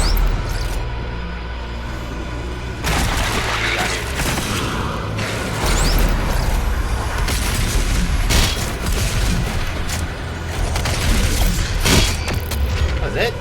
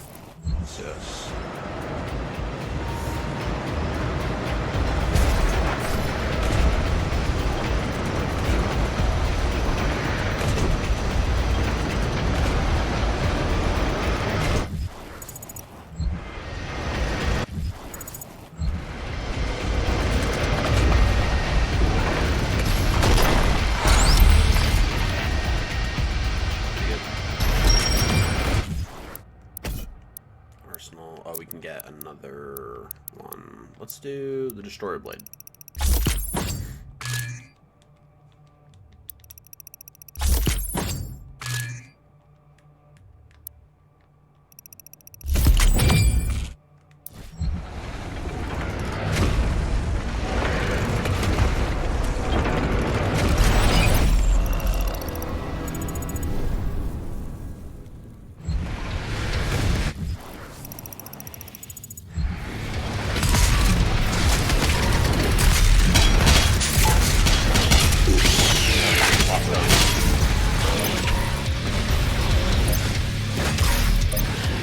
Found it.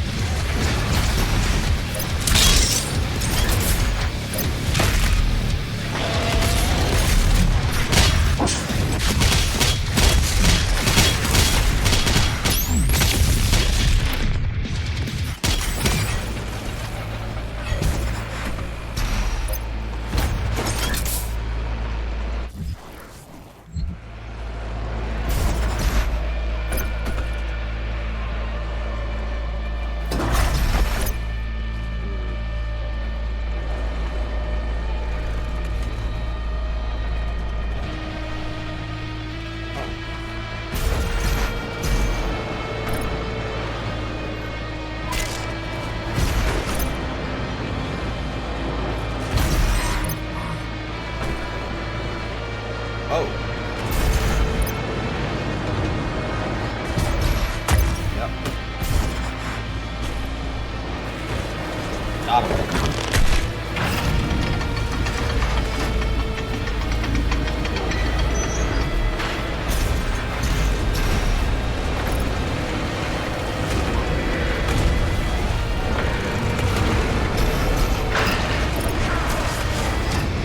Figured it out.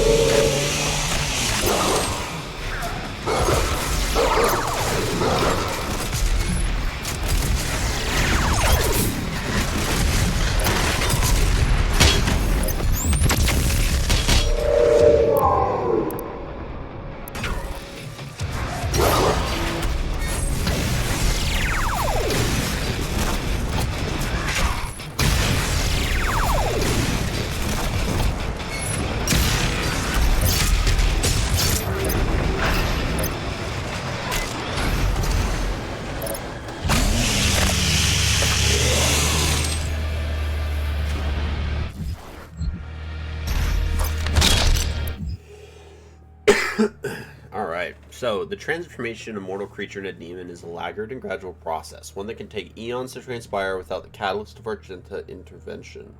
The victim is left to maunder in the Shadowland for years uncounted, where over ageless time they transform into demon. During their nightmarish journey, the ethereal soul slowly drains from the body, and in that dark realm the substance of mortal life is manifest as matter. It gathers in pools of volatile aura found all over hell. Demonkind call these pools the well, and call these pools the well, and use them to invigorate themselves from battle. It is from this aura that the essence is formed. By melding it with wraith energy, that which lights the darkened hall and sets the sentinel sword ablaze, the essence is founded. The combining of these primal energies creates Argent energy, a power source so potent and incalculably formidable that it has consumed the Argenta and driven us on to greater influence than was ever possible with wraith power alone. And then also led to their downfall.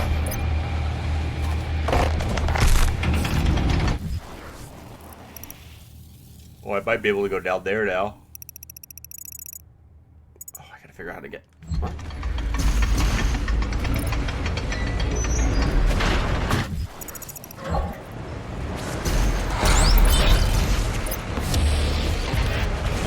That'll work.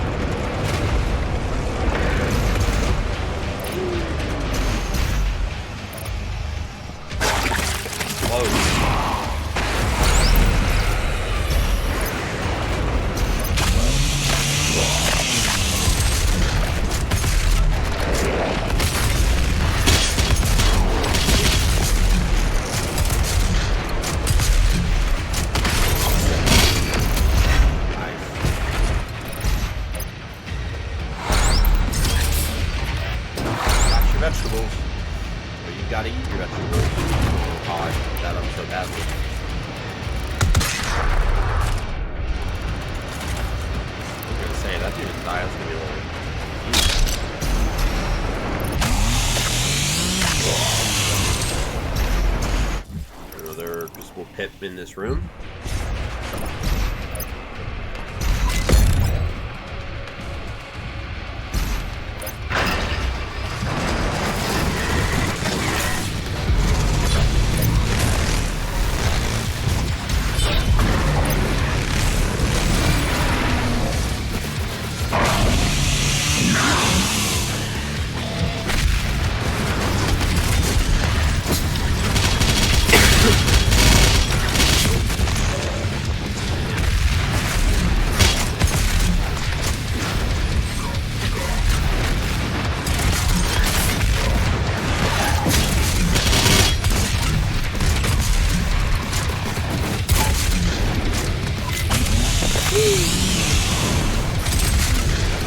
Okay, that's our dude. Oh, we got two.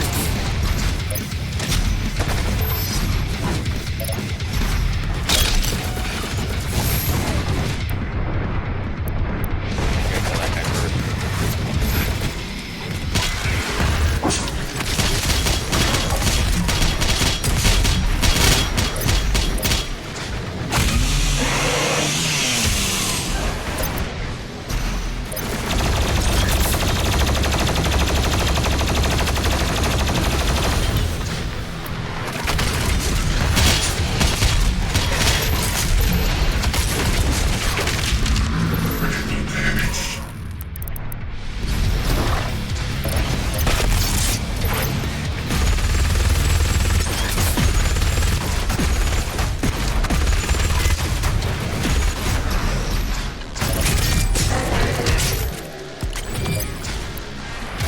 Oh, specifically the left side, and we did the right side. That's good.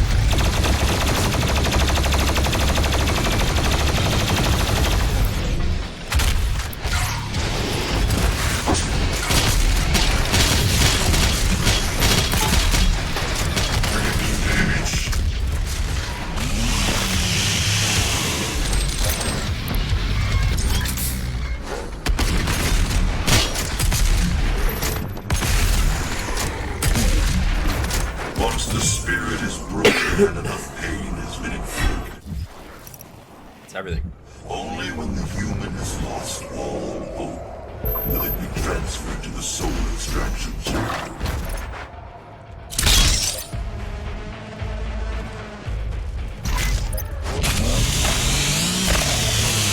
I don't know how to get up there.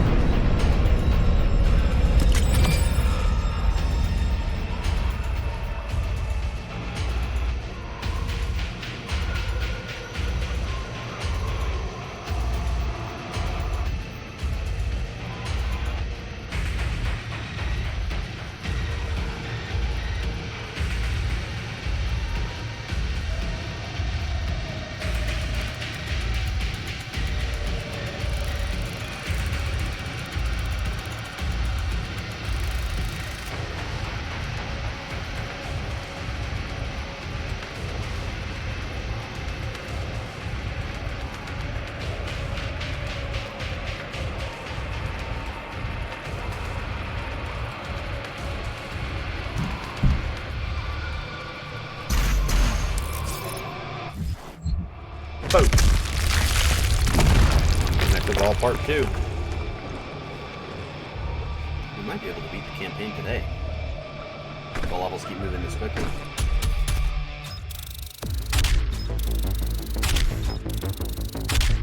Be really nice if we can. That means we can start the DLC next week. Oh, big stretch. So as you make your ascent, you approach the final floors of the Citadel, where souls are extracted from the bodies converted into Argent energy. Enter the final stage of the Maker's processing plant and use the Argent conduit to gain access to Urdak, homeworld of the Makers, where the Con Maker prepares the final ritual to gain control of the Icon of Sin and unleash upon the Earth. Okay. Perform a left side glory kill on the Archvile. Perform a back glory kill on a Tyrant. I almost just said a black glory kill, because I tried to say back and glory at the same time. Killed more than one enemy with a single blood punch 5 times. Oh my god. Here's one. Inside that citadel is the soul extraction chamber. We must make our way through into the top, where the pure Argent energy is exported directly to Erdak. Alright. Another quick level.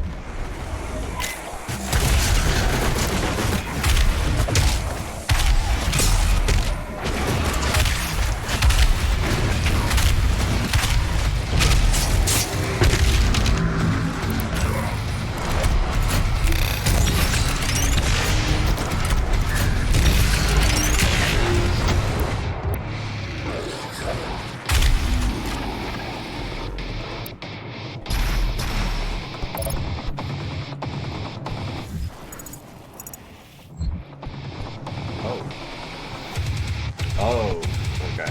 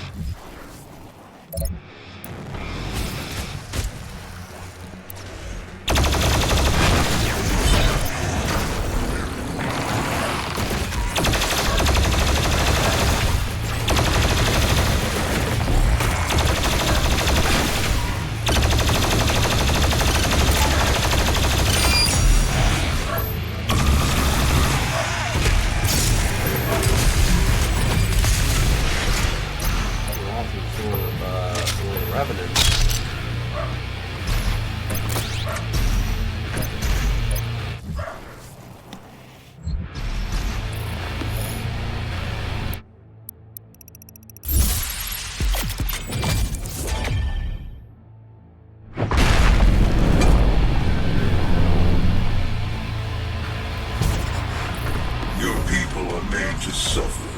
Processed souls for the Khan Maker's world. I assure you, this could have been avoided with different leadership.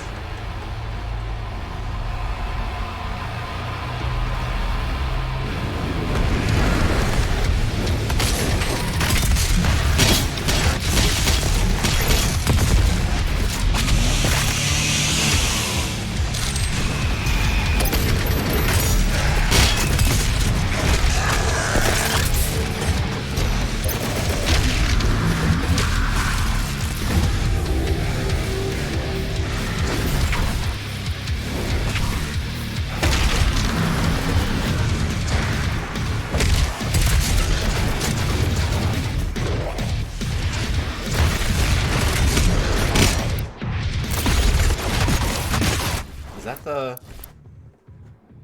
No. I think it's a Baron of Hell. To figure out what the Tyrant is, just to make sure I'm on the right page here. Yeah, it's a Baron of Hell. So the Tyrant, okay. Back on the Tyrant and the left side on the Archvile. Sorry, buddy. You're not what I need.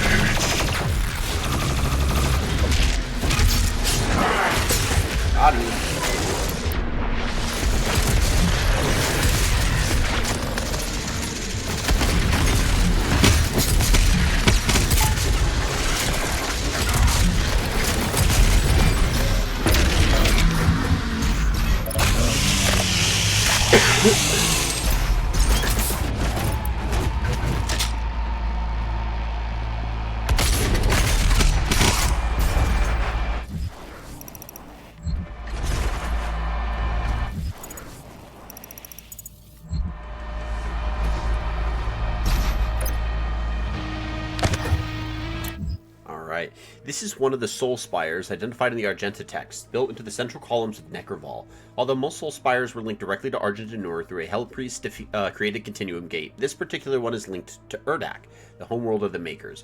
There is no Continuum Gate here, presumably due to the Con Maker's natural distrust of those under her charge. The soul spires were designed by the Makers to accelerate the process of processing of mortal victims into Argent energy, and built in secret by Sentinel slaves under the direction of the Order Dog. This forced labor was a crucial step in fulfilling the Con Maker's desire for Argent, as beings from Urdak are unable to cross over to Hell's dimension.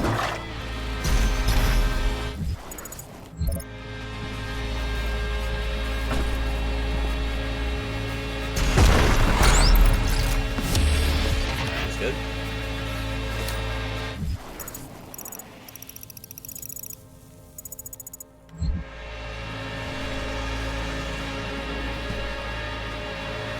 Fucked up. Yeah, I fucked up. This We'll have to is go back. raw Argent energy.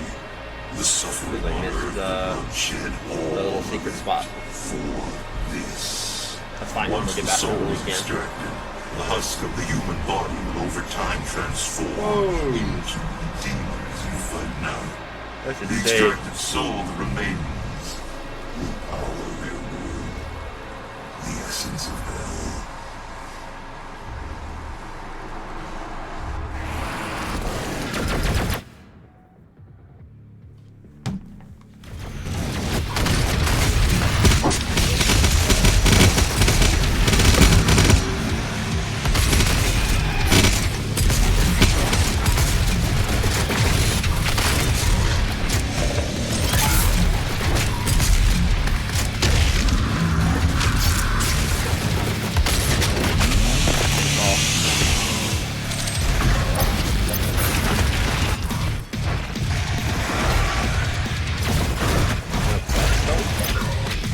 Oh, we got an art file.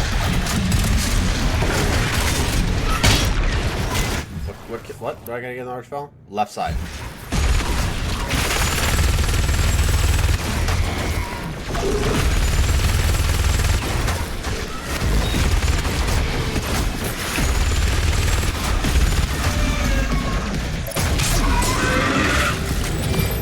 Got him.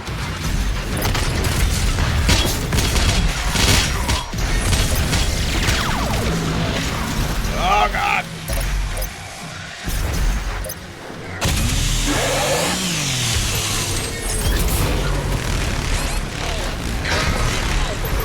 That's not what I wanted to use it on.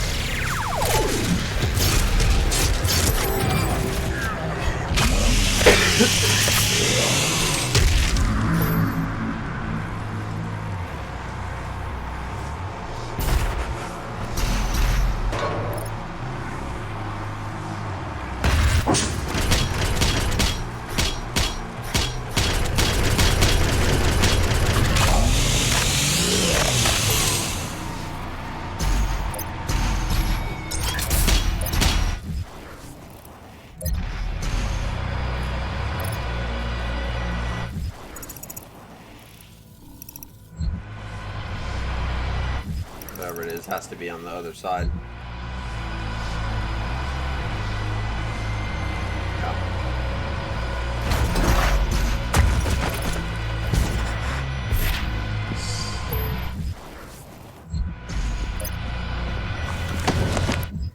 Alright. Alright, the Maker's need for the essence is prime. Without it, they must suffer the monster's fate of transfiguration and see their wisdom and faculties slither from their twisted forms. By the bidding of the Khan Maker herself, the Order of the Dog has devised a method to improve and accelerate the production of the Hell Aura. What once took aeons for the savage beasts to attain can now be accomplished in short order by Argenta intellect and with greater efficiency and consistency. We constructed the Soul Spires, vast halls erected in the savage lands by our slaves and under direction of the Order. Even though we raised a monument on their ground, demonkind does not harry us during assembly of the Soul Spires, for the Khan Maker herself bartered a deal with the Dark Lord that rules over the Shadow Walkers. A bargain was struck. The demons would be given fresh worlds and souls to consume, bolstering their forces and expanding the corrupting domain of hell, and the Makers would be granted access to the flow of Argent. The procedure inside the Soul Spires is thus. The captives are tortured until no semblance of humanity remains within them. Bereft of hope, the mortal soul is vulnerable and can be easily extracted. This we achieve with a machine from the enlightened mind of the Khan Maker herself, the Evulsor. Once the Evulsor has done its deed and the soul has been extracted, the victim's body is ejected into the wasteland, where, as before cunning meddling, it becomes demon over time. Cool. Very nice. Good.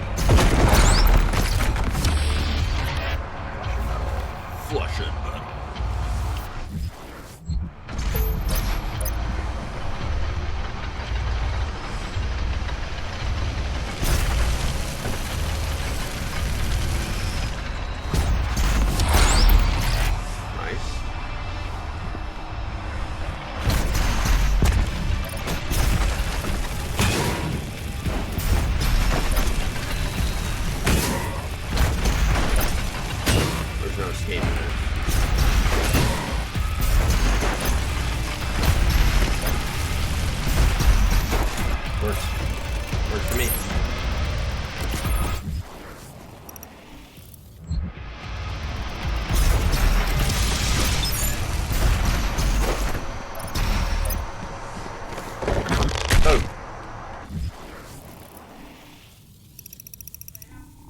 Oh, I missed a bit.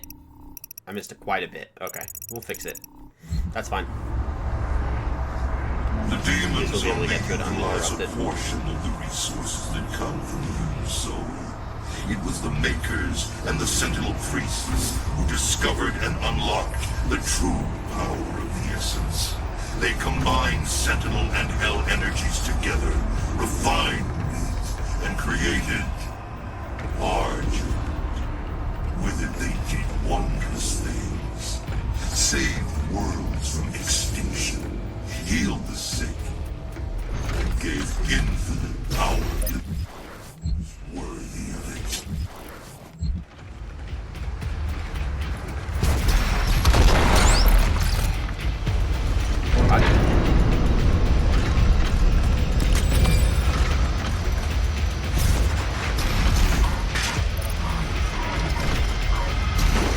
This was Oh my god, that hurt. the Night Sentinel. Okay, we'll deal with the Night Sentinels in a second.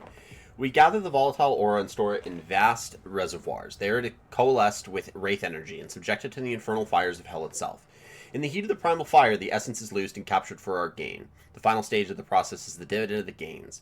Vast quantities of the essence are fed directly to Argent D'Nur to power our machine and drive our engine. The rest is reserved for the Khan Maker. Though she may never set foot in the Dark Realm, she has devised means to teleport essence to the Holy Land, that which she calls Urdak, the domain of angels. Her use of the essence is unchallenged, for it was she and her court that gave us design to capture the essence, and her payment is just. Existence, built by Sentinel slaves, for a Maker could never set foot in hell, nor demon in Argent D'Nur served a great. Got him. Still haven't found the tyrant yet.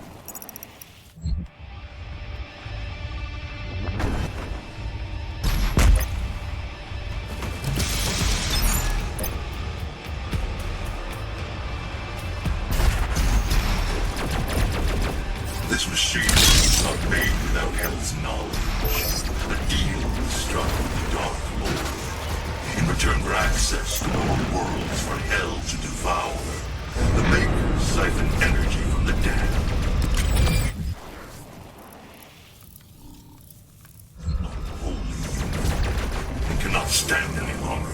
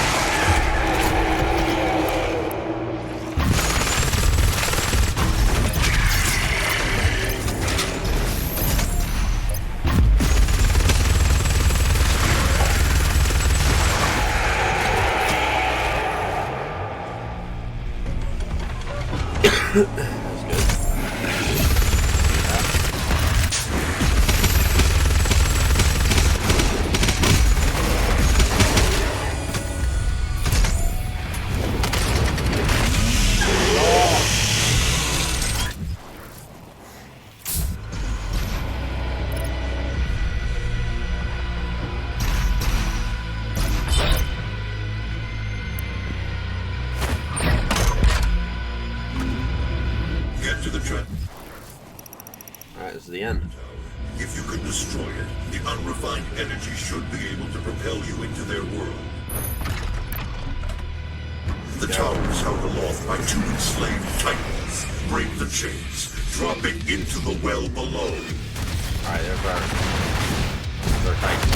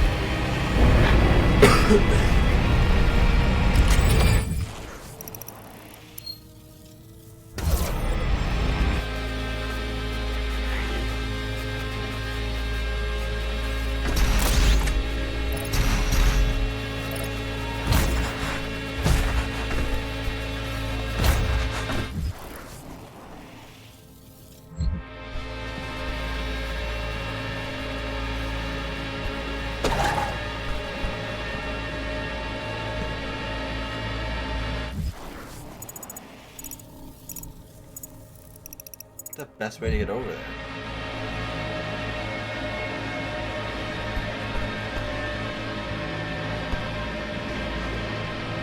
Alright, hold on. Let's try this.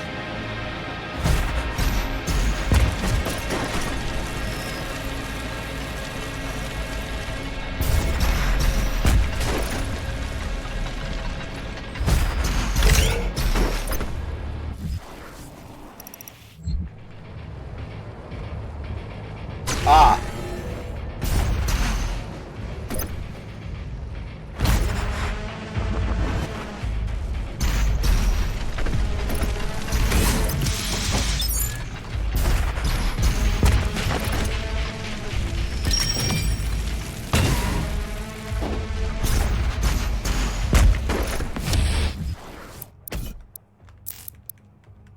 Made sense. Let's do the mole turret.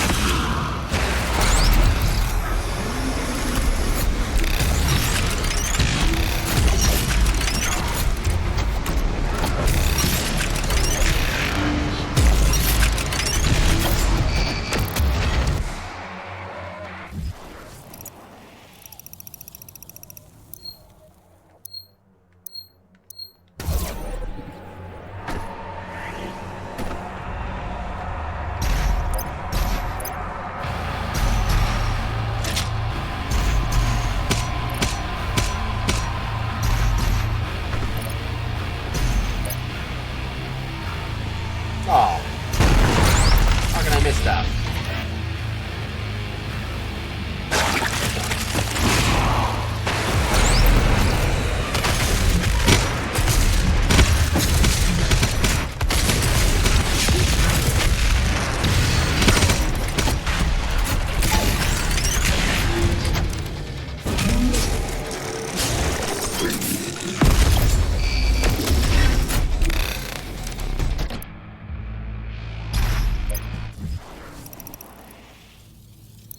Alright.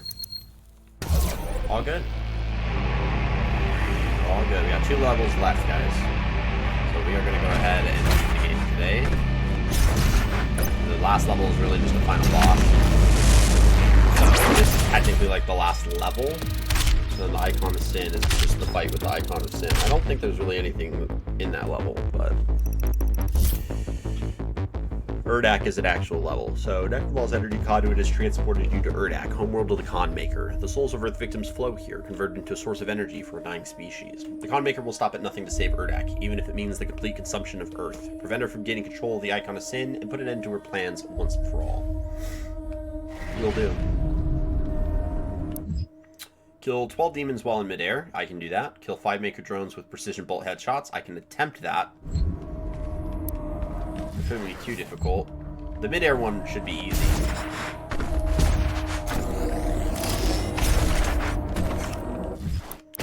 Especially if I do that.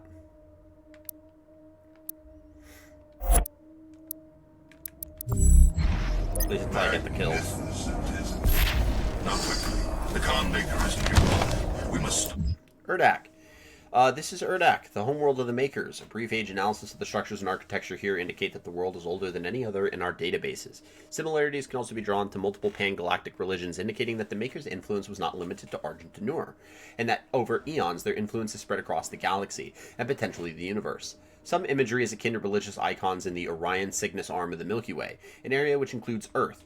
The name Urdak is common tongue in the Maker language, but can be approximately translated to the word for paradise or heaven in hundreds of different languages, further cementing the theory that the Makers have had a religious impact on mortal beings for millions of years. Despite their seeming godliness, the Makers have a past. At some point in their ageless history, there is a mention of the Father, a logical alien entity that endowed the Makers with their vast knowledge and technical ability. Analysis of Maker artifacts in Scripture indicate that the Father may have been a singular being that split to form the Maker race, or instead transferred his incalculable power into the vast structure known as Urdak, which then birthed the Makers in perpetuity. It seems that the Makers, though exceptionally long-lived, eventually suffer some form of biological and mental degradation, at which point they undergo a process known as the Transfiguration, wherein they allow a voluntary death and resurrection, somehow tied to the Father. This process may have been complicated or damaged in the recent past. There are no records of how the Father came to the Makers, when it was first discovered, or if it had any physical form before the Makers. The first mention of the Father is in regard to a building named the Luminarium. It was a temple of sorts where Makers would go to seek answers. The essence of the Father was stolen by one of their own, by a Maker referred to as the Seraphim. Who the Seraphim is, or what he did with the Father's consciousness, is unknown. Records show that one day the Luminarium simply ceased to communicate, and that deep scan of its databanks revealed no remaining trace of the entity. Urdak itself exists in an anchor state, utilizing highly advanced dimensional shift technology to allow a static position at a subquantum level. This essentially inverts their position in relation to Hell. Both planes of existence are fixated outside the bounds of the known universe, a lower and higher reality. The Khan Maker oversees all within Urdak and now utilizes Argent energy to prevent the Transfiguration. She completes the ritual and gains full control over the Icon of Sin. Oh. Much fun. This does seem like a short level.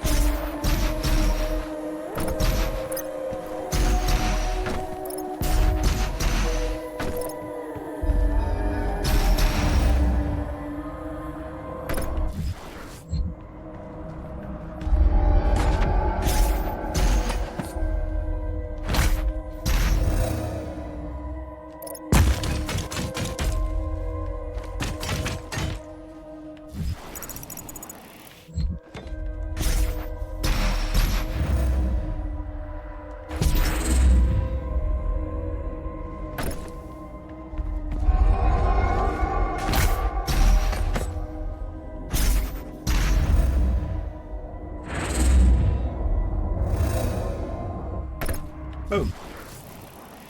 That was fun.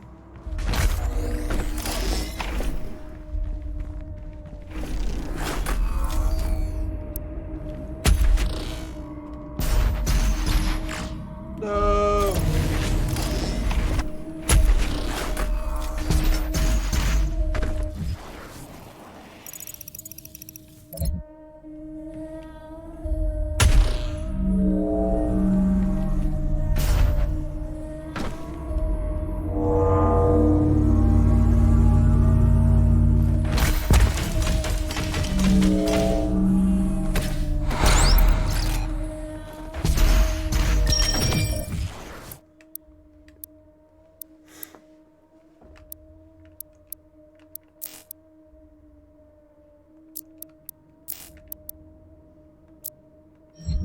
We gotta wait.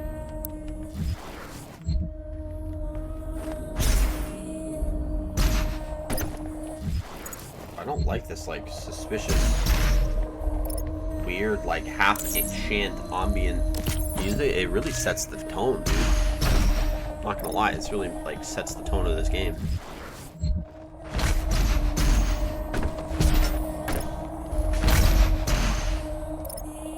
Welcome, Seraphim. Am I the Seraphim?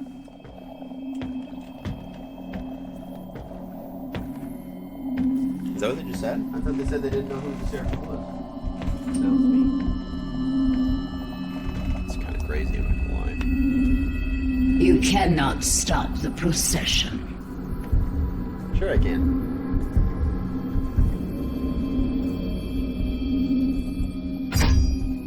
We will not be able to control it! No! Get wrecked.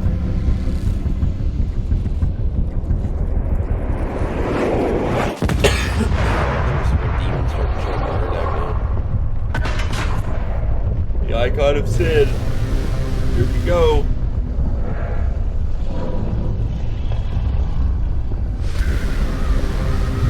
One big boy.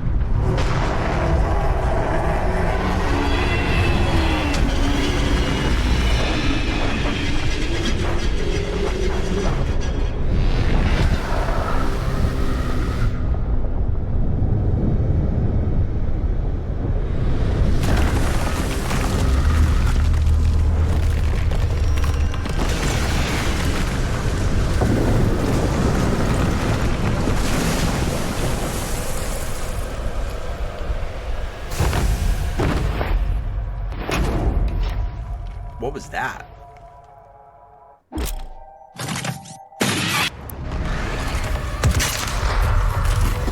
Oh, that's easy.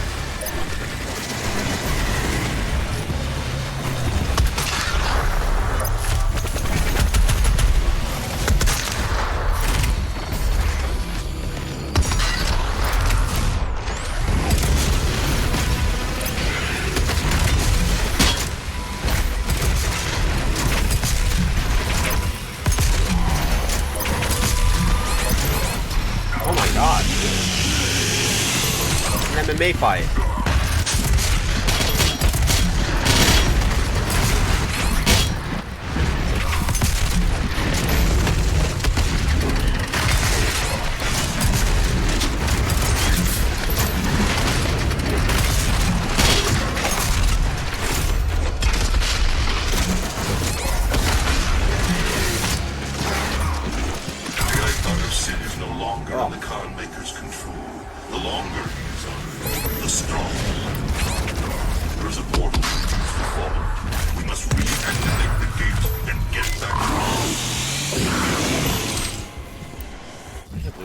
To the degree that I did.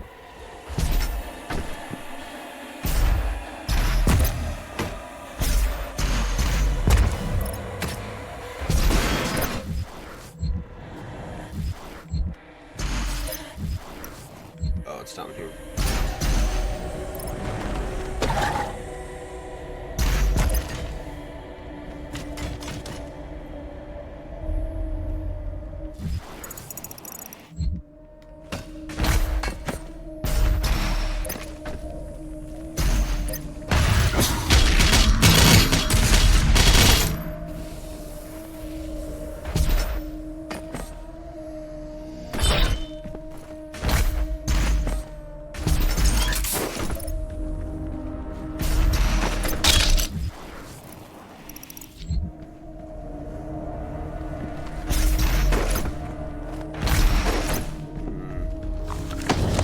The icon of sin.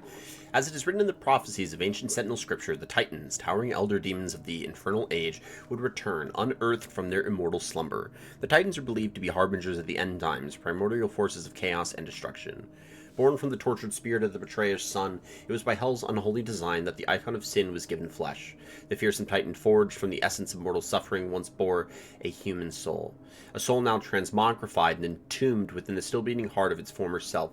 The betrayer, seeking to free his son from eternal torment, within the depths of Hell made an agreement, a pact sealed by the black fates of darkness, that promised to grant his son the chance to return from death. The son would live again, but not as human. In Hell's endless cruelty, the son was damned to become the Icon, an inhumane existence bound only to its former humanity by the now disembodied, undying, mortal heart. That is why you don't make a deal with the devil, because the devil will find 17 different ways that they can screw you over. It is how they operate, it is what they do. Right? Archetypically, you don't make a deal with the devil. Dude, they are sneaky, crafty, deceitful little sons of guns. So, the answer is no.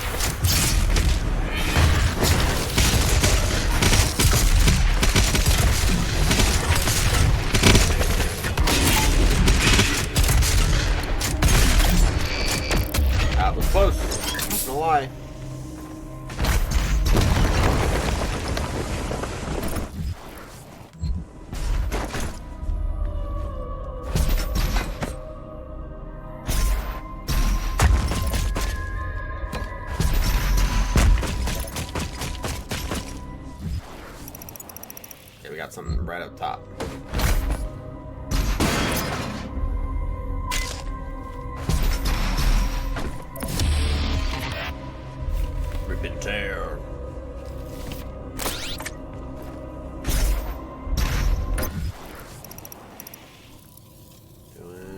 great so far.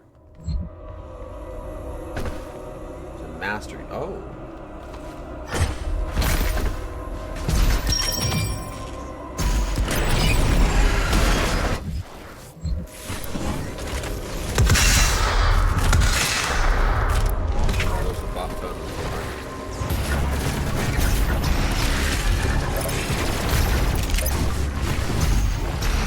Found you.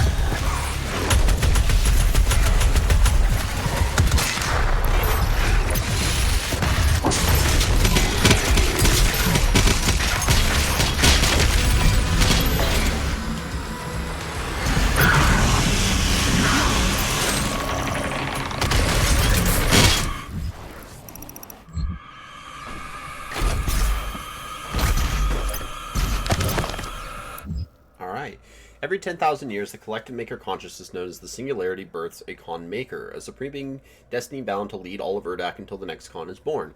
The Singularity, which contains the conscious soul data for every maker that has ever lived and died, processes and refines this data as a means of selective evolution. As hierarch of the conscious neural matrix to which each maker is interconnected, it is physically impossible for a maker to refuse the collective order of shared consciousness and disobey a Khan. This system has functioned without error since the creation of Urdak, until now. With the disappearance of the father, the makers are incapable of creating a successor to the Khan lineage, allowing the existing Khan to hold her claim to the throne indefinitely. Uh-oh.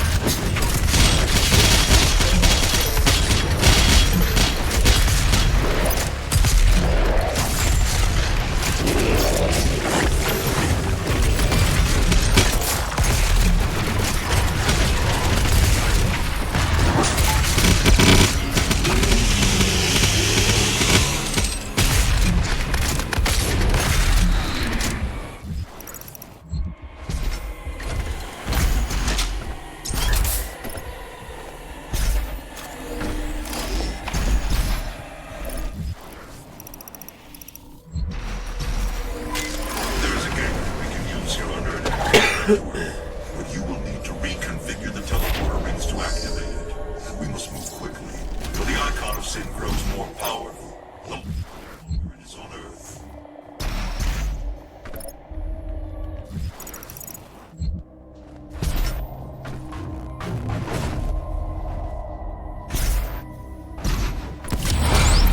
Howdy.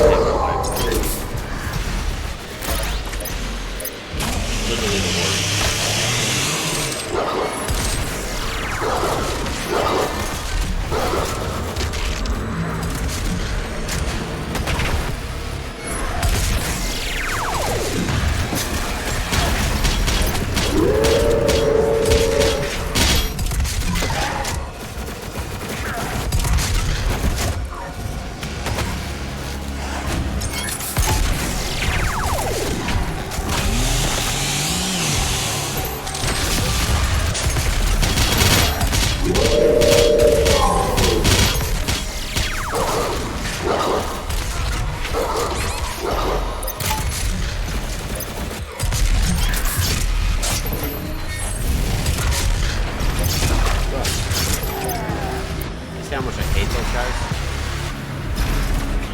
I don't know if it's like, if I can say it enough. How much I hate those guys. Ooh. No. Is it? It was.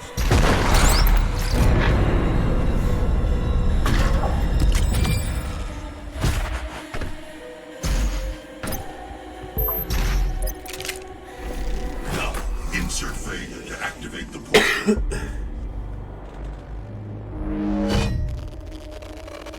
System acquired.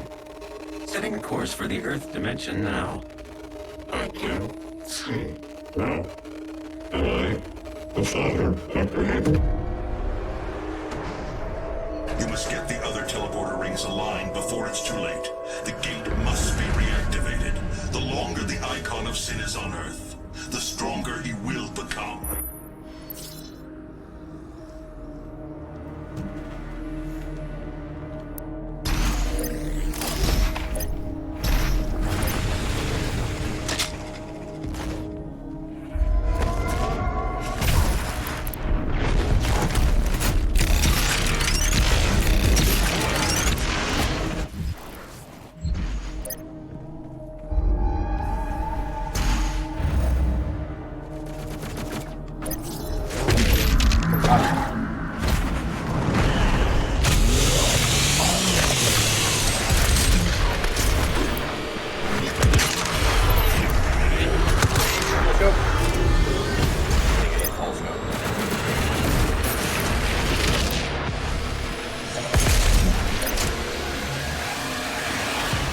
Aw, damn, they have a hard file.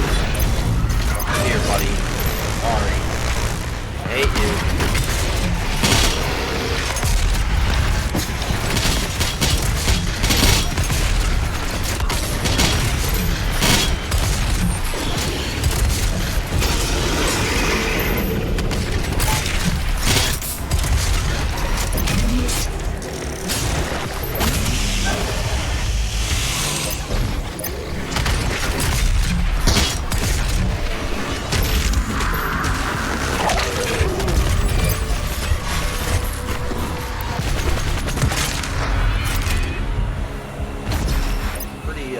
Graphic would say.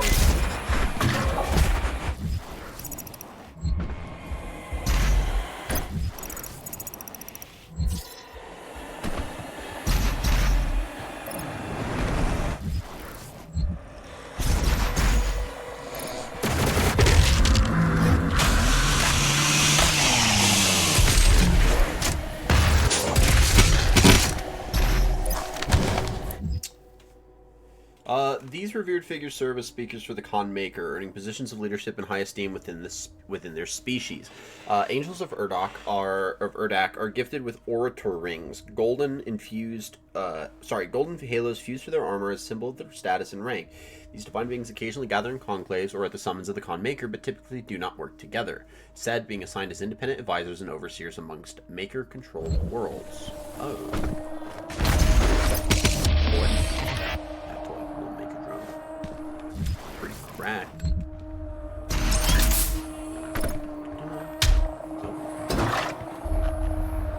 I'm assuming I gotta go this way to get to the other. Is that? Oh, that's where the boss is. Yeah. Right? Alright, do that.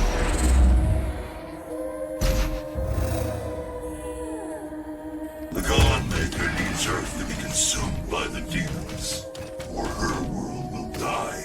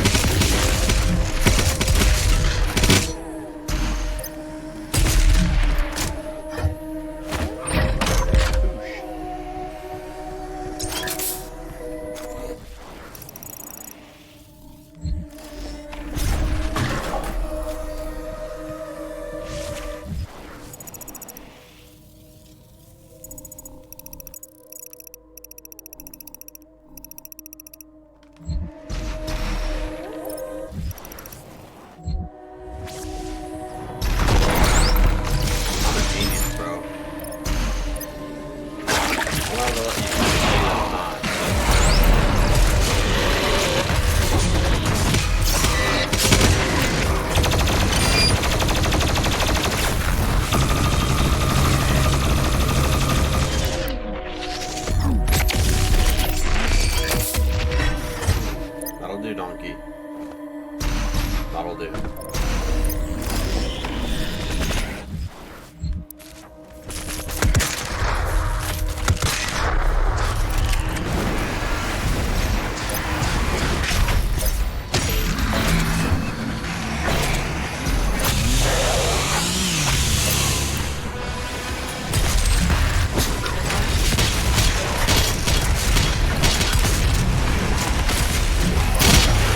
Come on.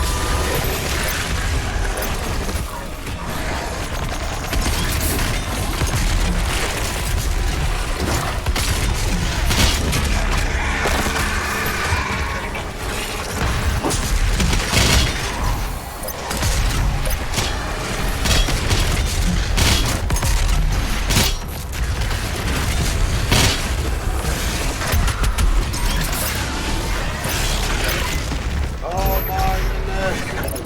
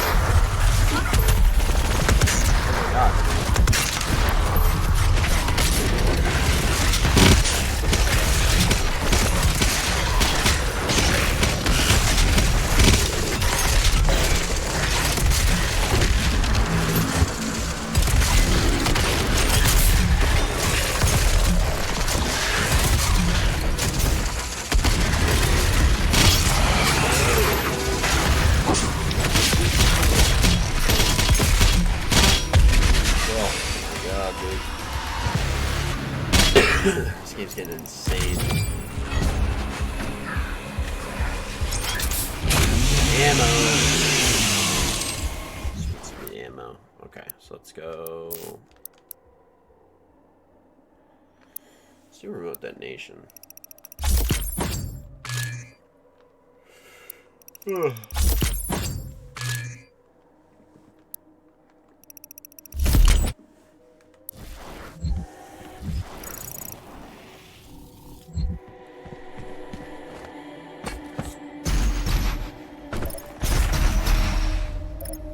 By awakening the icon of Insider, the seal has been broken. Now the demons may pass through the void as never before. You have brought her people and this lonely place eternal damnation. Good, they deserve it. They killed all my people. To bring the dormant icon here. Her hubris has shattered paradise.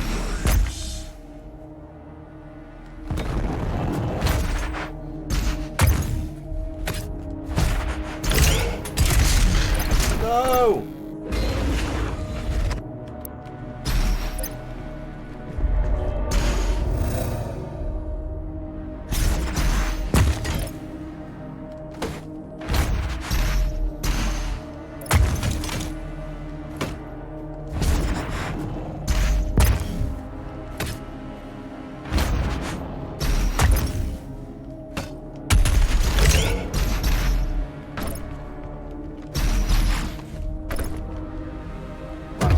I think this is the second room. Yeah, we still got one more after this. We can do it. Here we go, guys.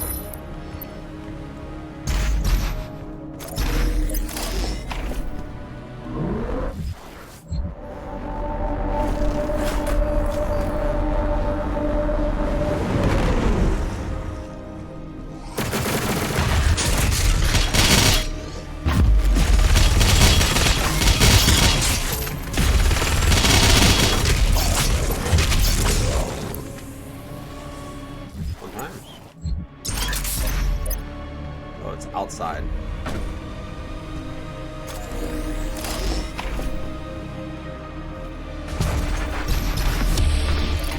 Yeah.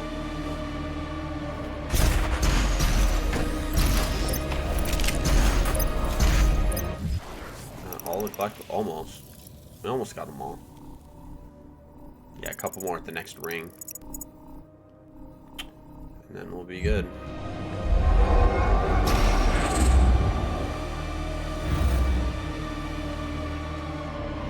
I can't believe I just biffed that.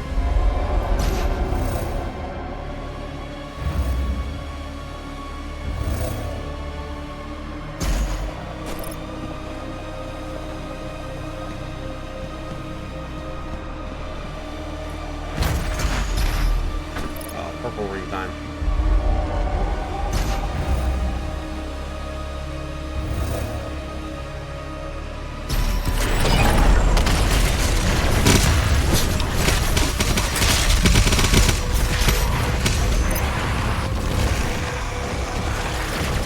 Found it.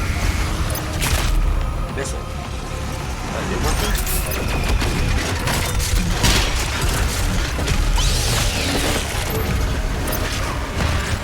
Oh, it should have been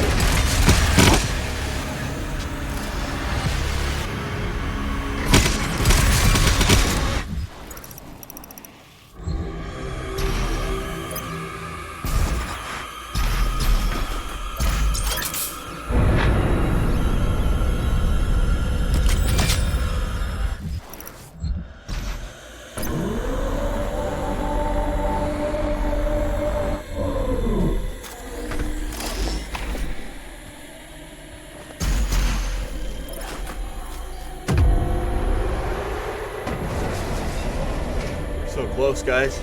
We just got 2 bosses, and then we're done. Oh, I'm tired. Let's do it. The Icon of Sin. We gotta get to the Con Maker before we can do that. With the rings fully aligned, the dimensional gate to Earth is now open. Get to the landing platform and pass through the portal. Earth does not have much time left.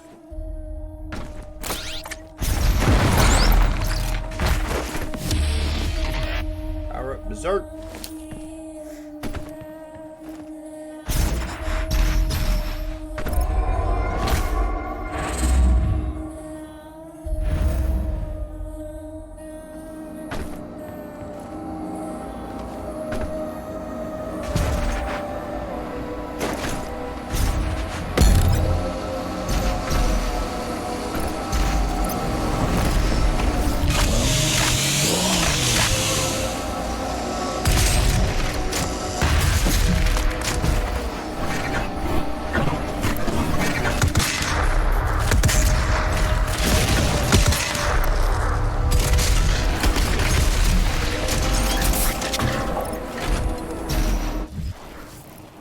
All the items. Yep, so it's just that.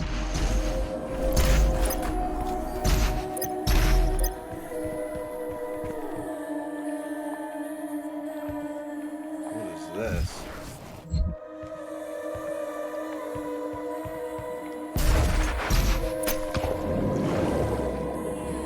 Yo, is this the father?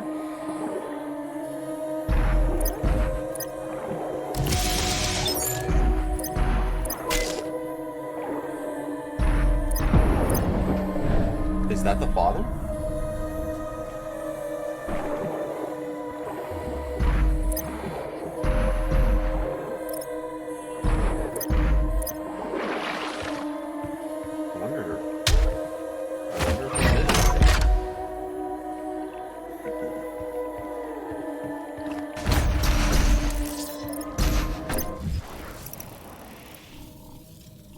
got it all.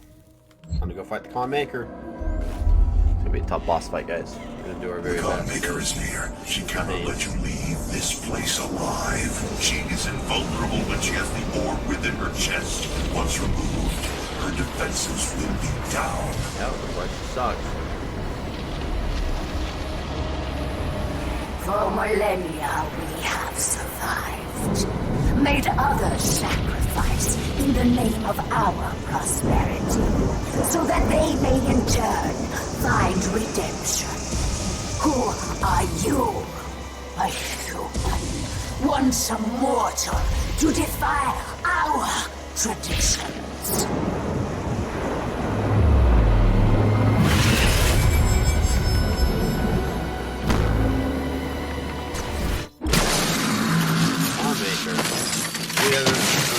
Disable her shield and restore your blood punch when she's getting close to the blood punch is doing.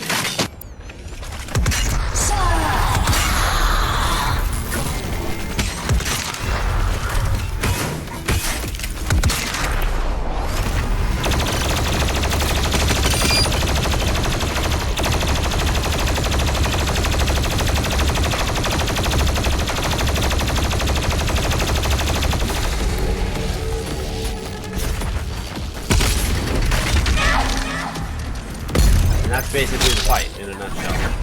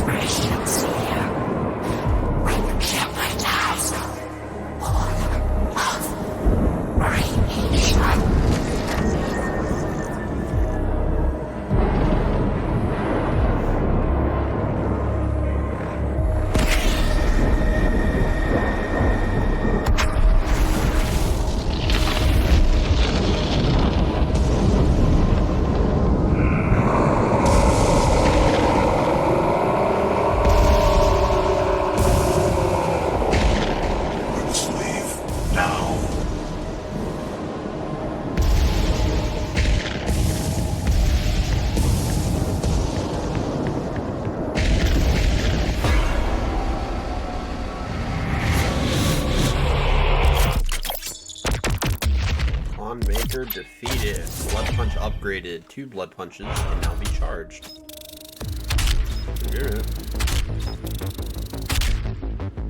Alright, final level, guys. This is it, the final sin. For he will walk among us, and he will smite the evil from the earth. For he who comes in our time of need is not a mortal breed. He is the destroyer, the right hand of our creator, and the one who brings fear where there is no hope. From Korax Tablet 313. This is it.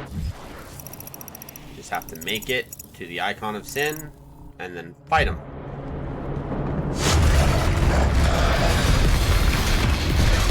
That guy.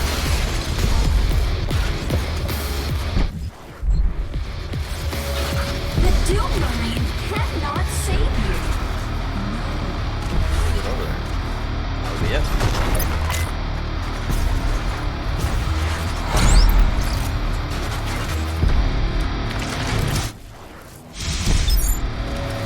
That which does not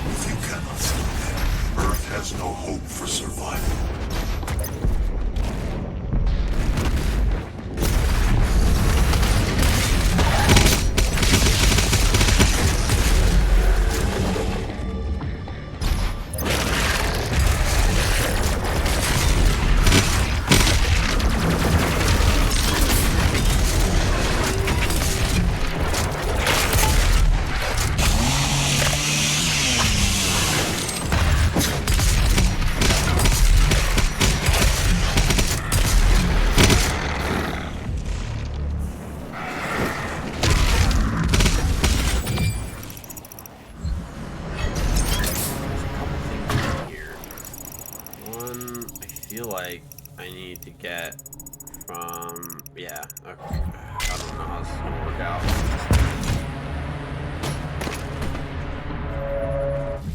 Okay, maybe I do. Kill this idiot, please. Final sin. The Icon's presence warps reality, damaging the implicate order of the dimension merely by existing within it. If the Icon is allowed to remain unchecked, it would lead to the total devastation of Earth, followed by a breakdown of space-time around the planet. The resulting black hole will eventually drag our entire universe down, casting it into the mouth of hell as a conquest to be absorbed by the Dark Realm. The Con Maker has taken up measures to augment the Titan, installing Maker technology throughout its structure to ensure it would be controlled. With the ritual interrupted, the Icon is now fully unleashed, raging across Earth until hell consumes all. No longer bound by the heart of the betrayer's son, the Icon of Sin is free from any measure of control that the Makers might have once conceived. Only the Slayer prophesied in Argenta legend to stand against the Icon can stop this apocalypse. So this is it. It's like, it's been fated that this would happen and that there'd be no one capable of even attempting to get in the way to save the day except for good little old me. So we're gonna do that very well. The next thing I guess would be to buy all these.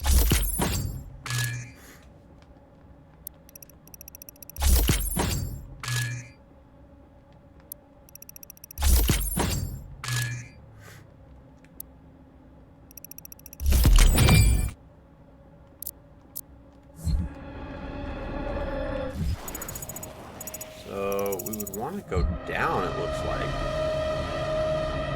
There's no way. Oh, my brothers and sisters, something wonderful is coming. Something truly wonderful. So how else can we get there if not from there? This way? Have to be this way. Lemmy is God.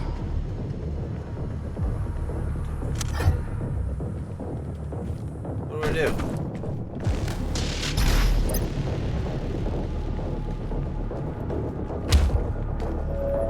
Can someone kill this idiot, please? How do I get over there?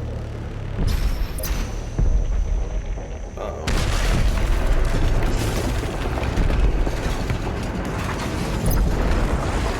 There we go.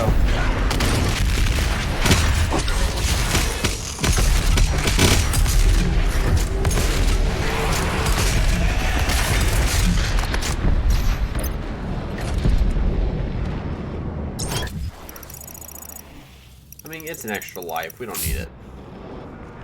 I mean, it might be a secret, though.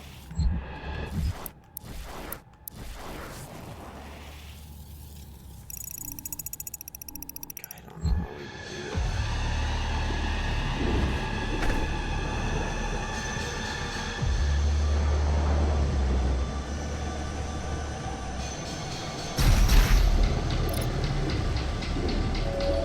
Oh, my brothers and sisters, something wonderful is coming. Something truly wonderful.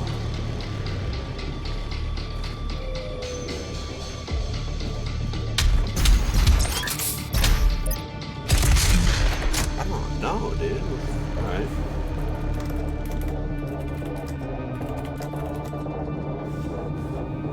Send one up.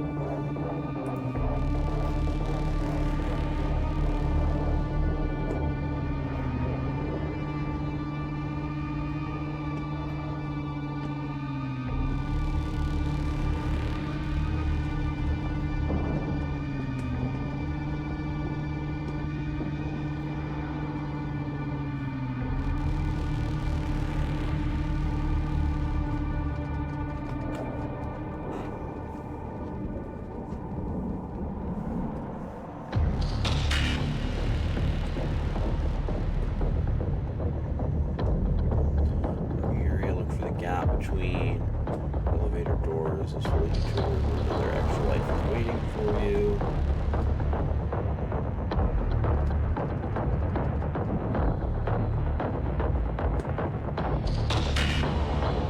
Where? I don't understand this at all.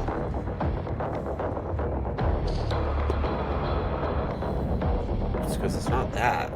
I think that's the way back out.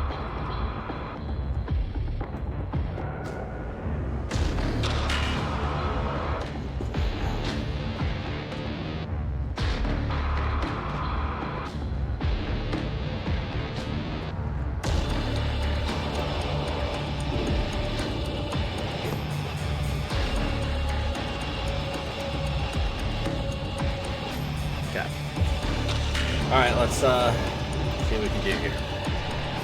We're gonna go down. Oh.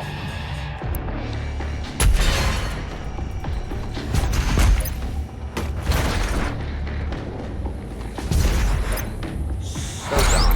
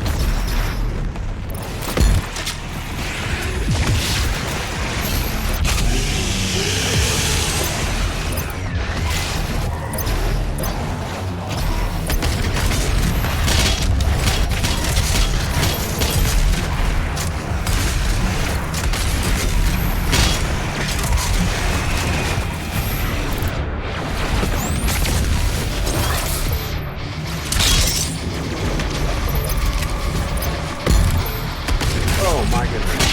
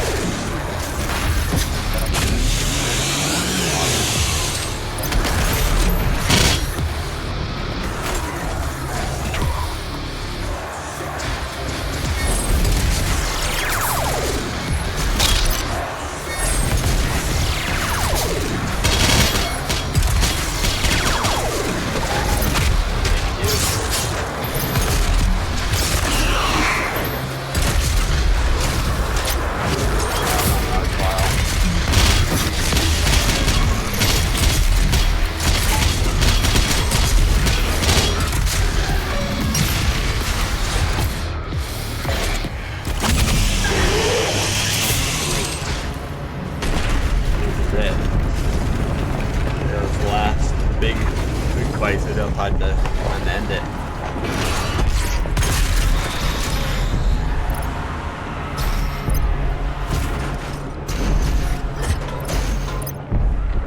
Wait for this to recharge before we grab that, so we can keep charges in the chainsaw. I don't know if it'll charge.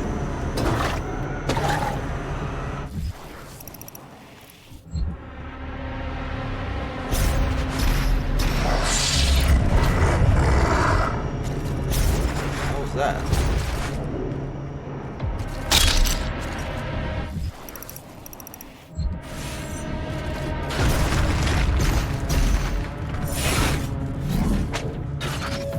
Soon, the gods will walk amongst us once again. Only then shall we find salvation.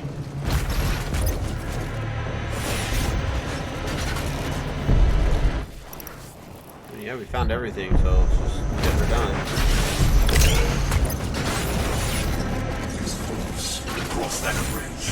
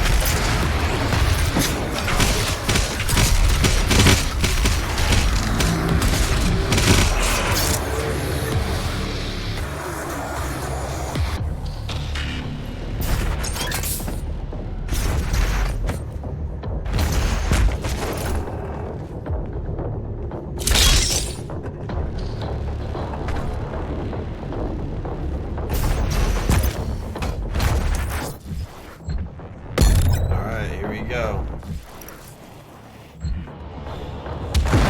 This is it. Fight the Icon of Sin. Now, two titans. As it was written. Yeah, I think the first part is we have to destroy the army. And part one. Fight so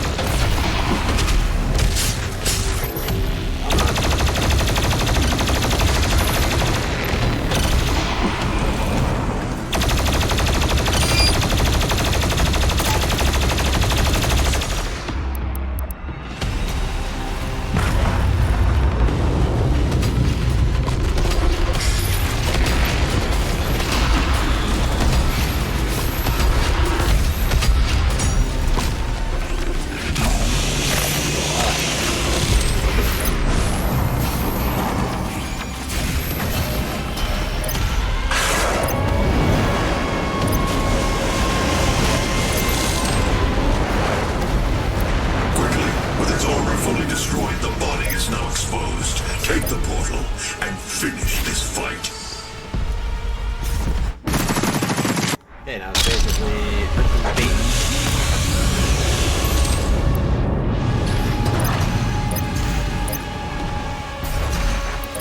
Fun fact. Unmaker.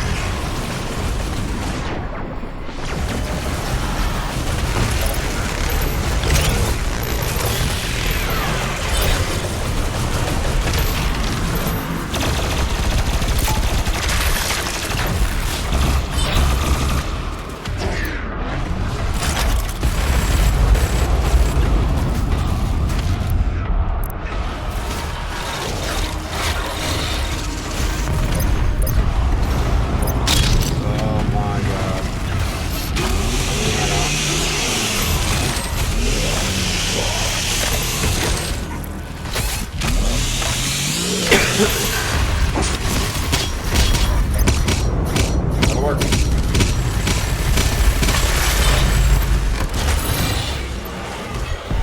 Got him. 4 hours for the rest of the game, guys. Pretty good. That was awesome.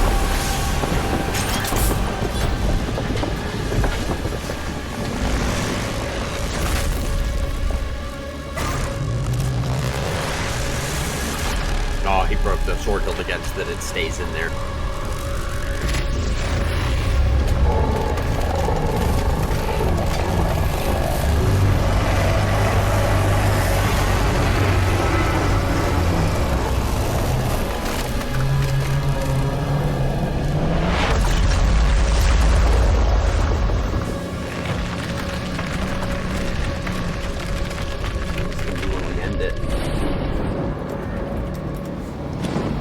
Said and done. Gonna read message going right out. It's all done.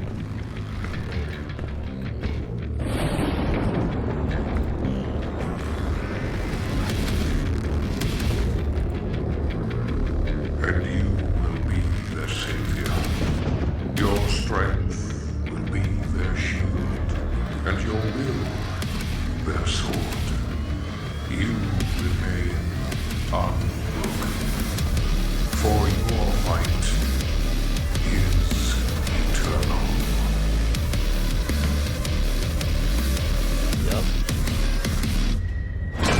And that's Doom Eternal, the main campaign, which is great. So, that was awesome. We beat it, which is good. So I'll upload this to YouTube, and next week we are going to go ahead and get started with the DLC for the game. We don't need to see any of this stuff. Yeah, we got 2 DLCs we got to get through, which will be great. With that being said, we won't be doing that until next week. We won't be streaming on Tuesday. So normally I stream on Tuesdays, but this Tuesday is obviously the upcoming presidential election in the United States of America. And so I'm actually going to kind of watch it and pay attention to how it goes throughout the day. And so Inspired we'll by be Sentinel weaponry and refined streaming as a result of that, so that I can kind of pay attention and not get sidetracked. Especially get sidetracked on stream, so you know, staggering. It'll be good. So yeah, we'll do that, and I will catch you guys in next week on Friday. So make sure you guys take care of yourselves, tell someone that you love them, and we'll see you guys soon.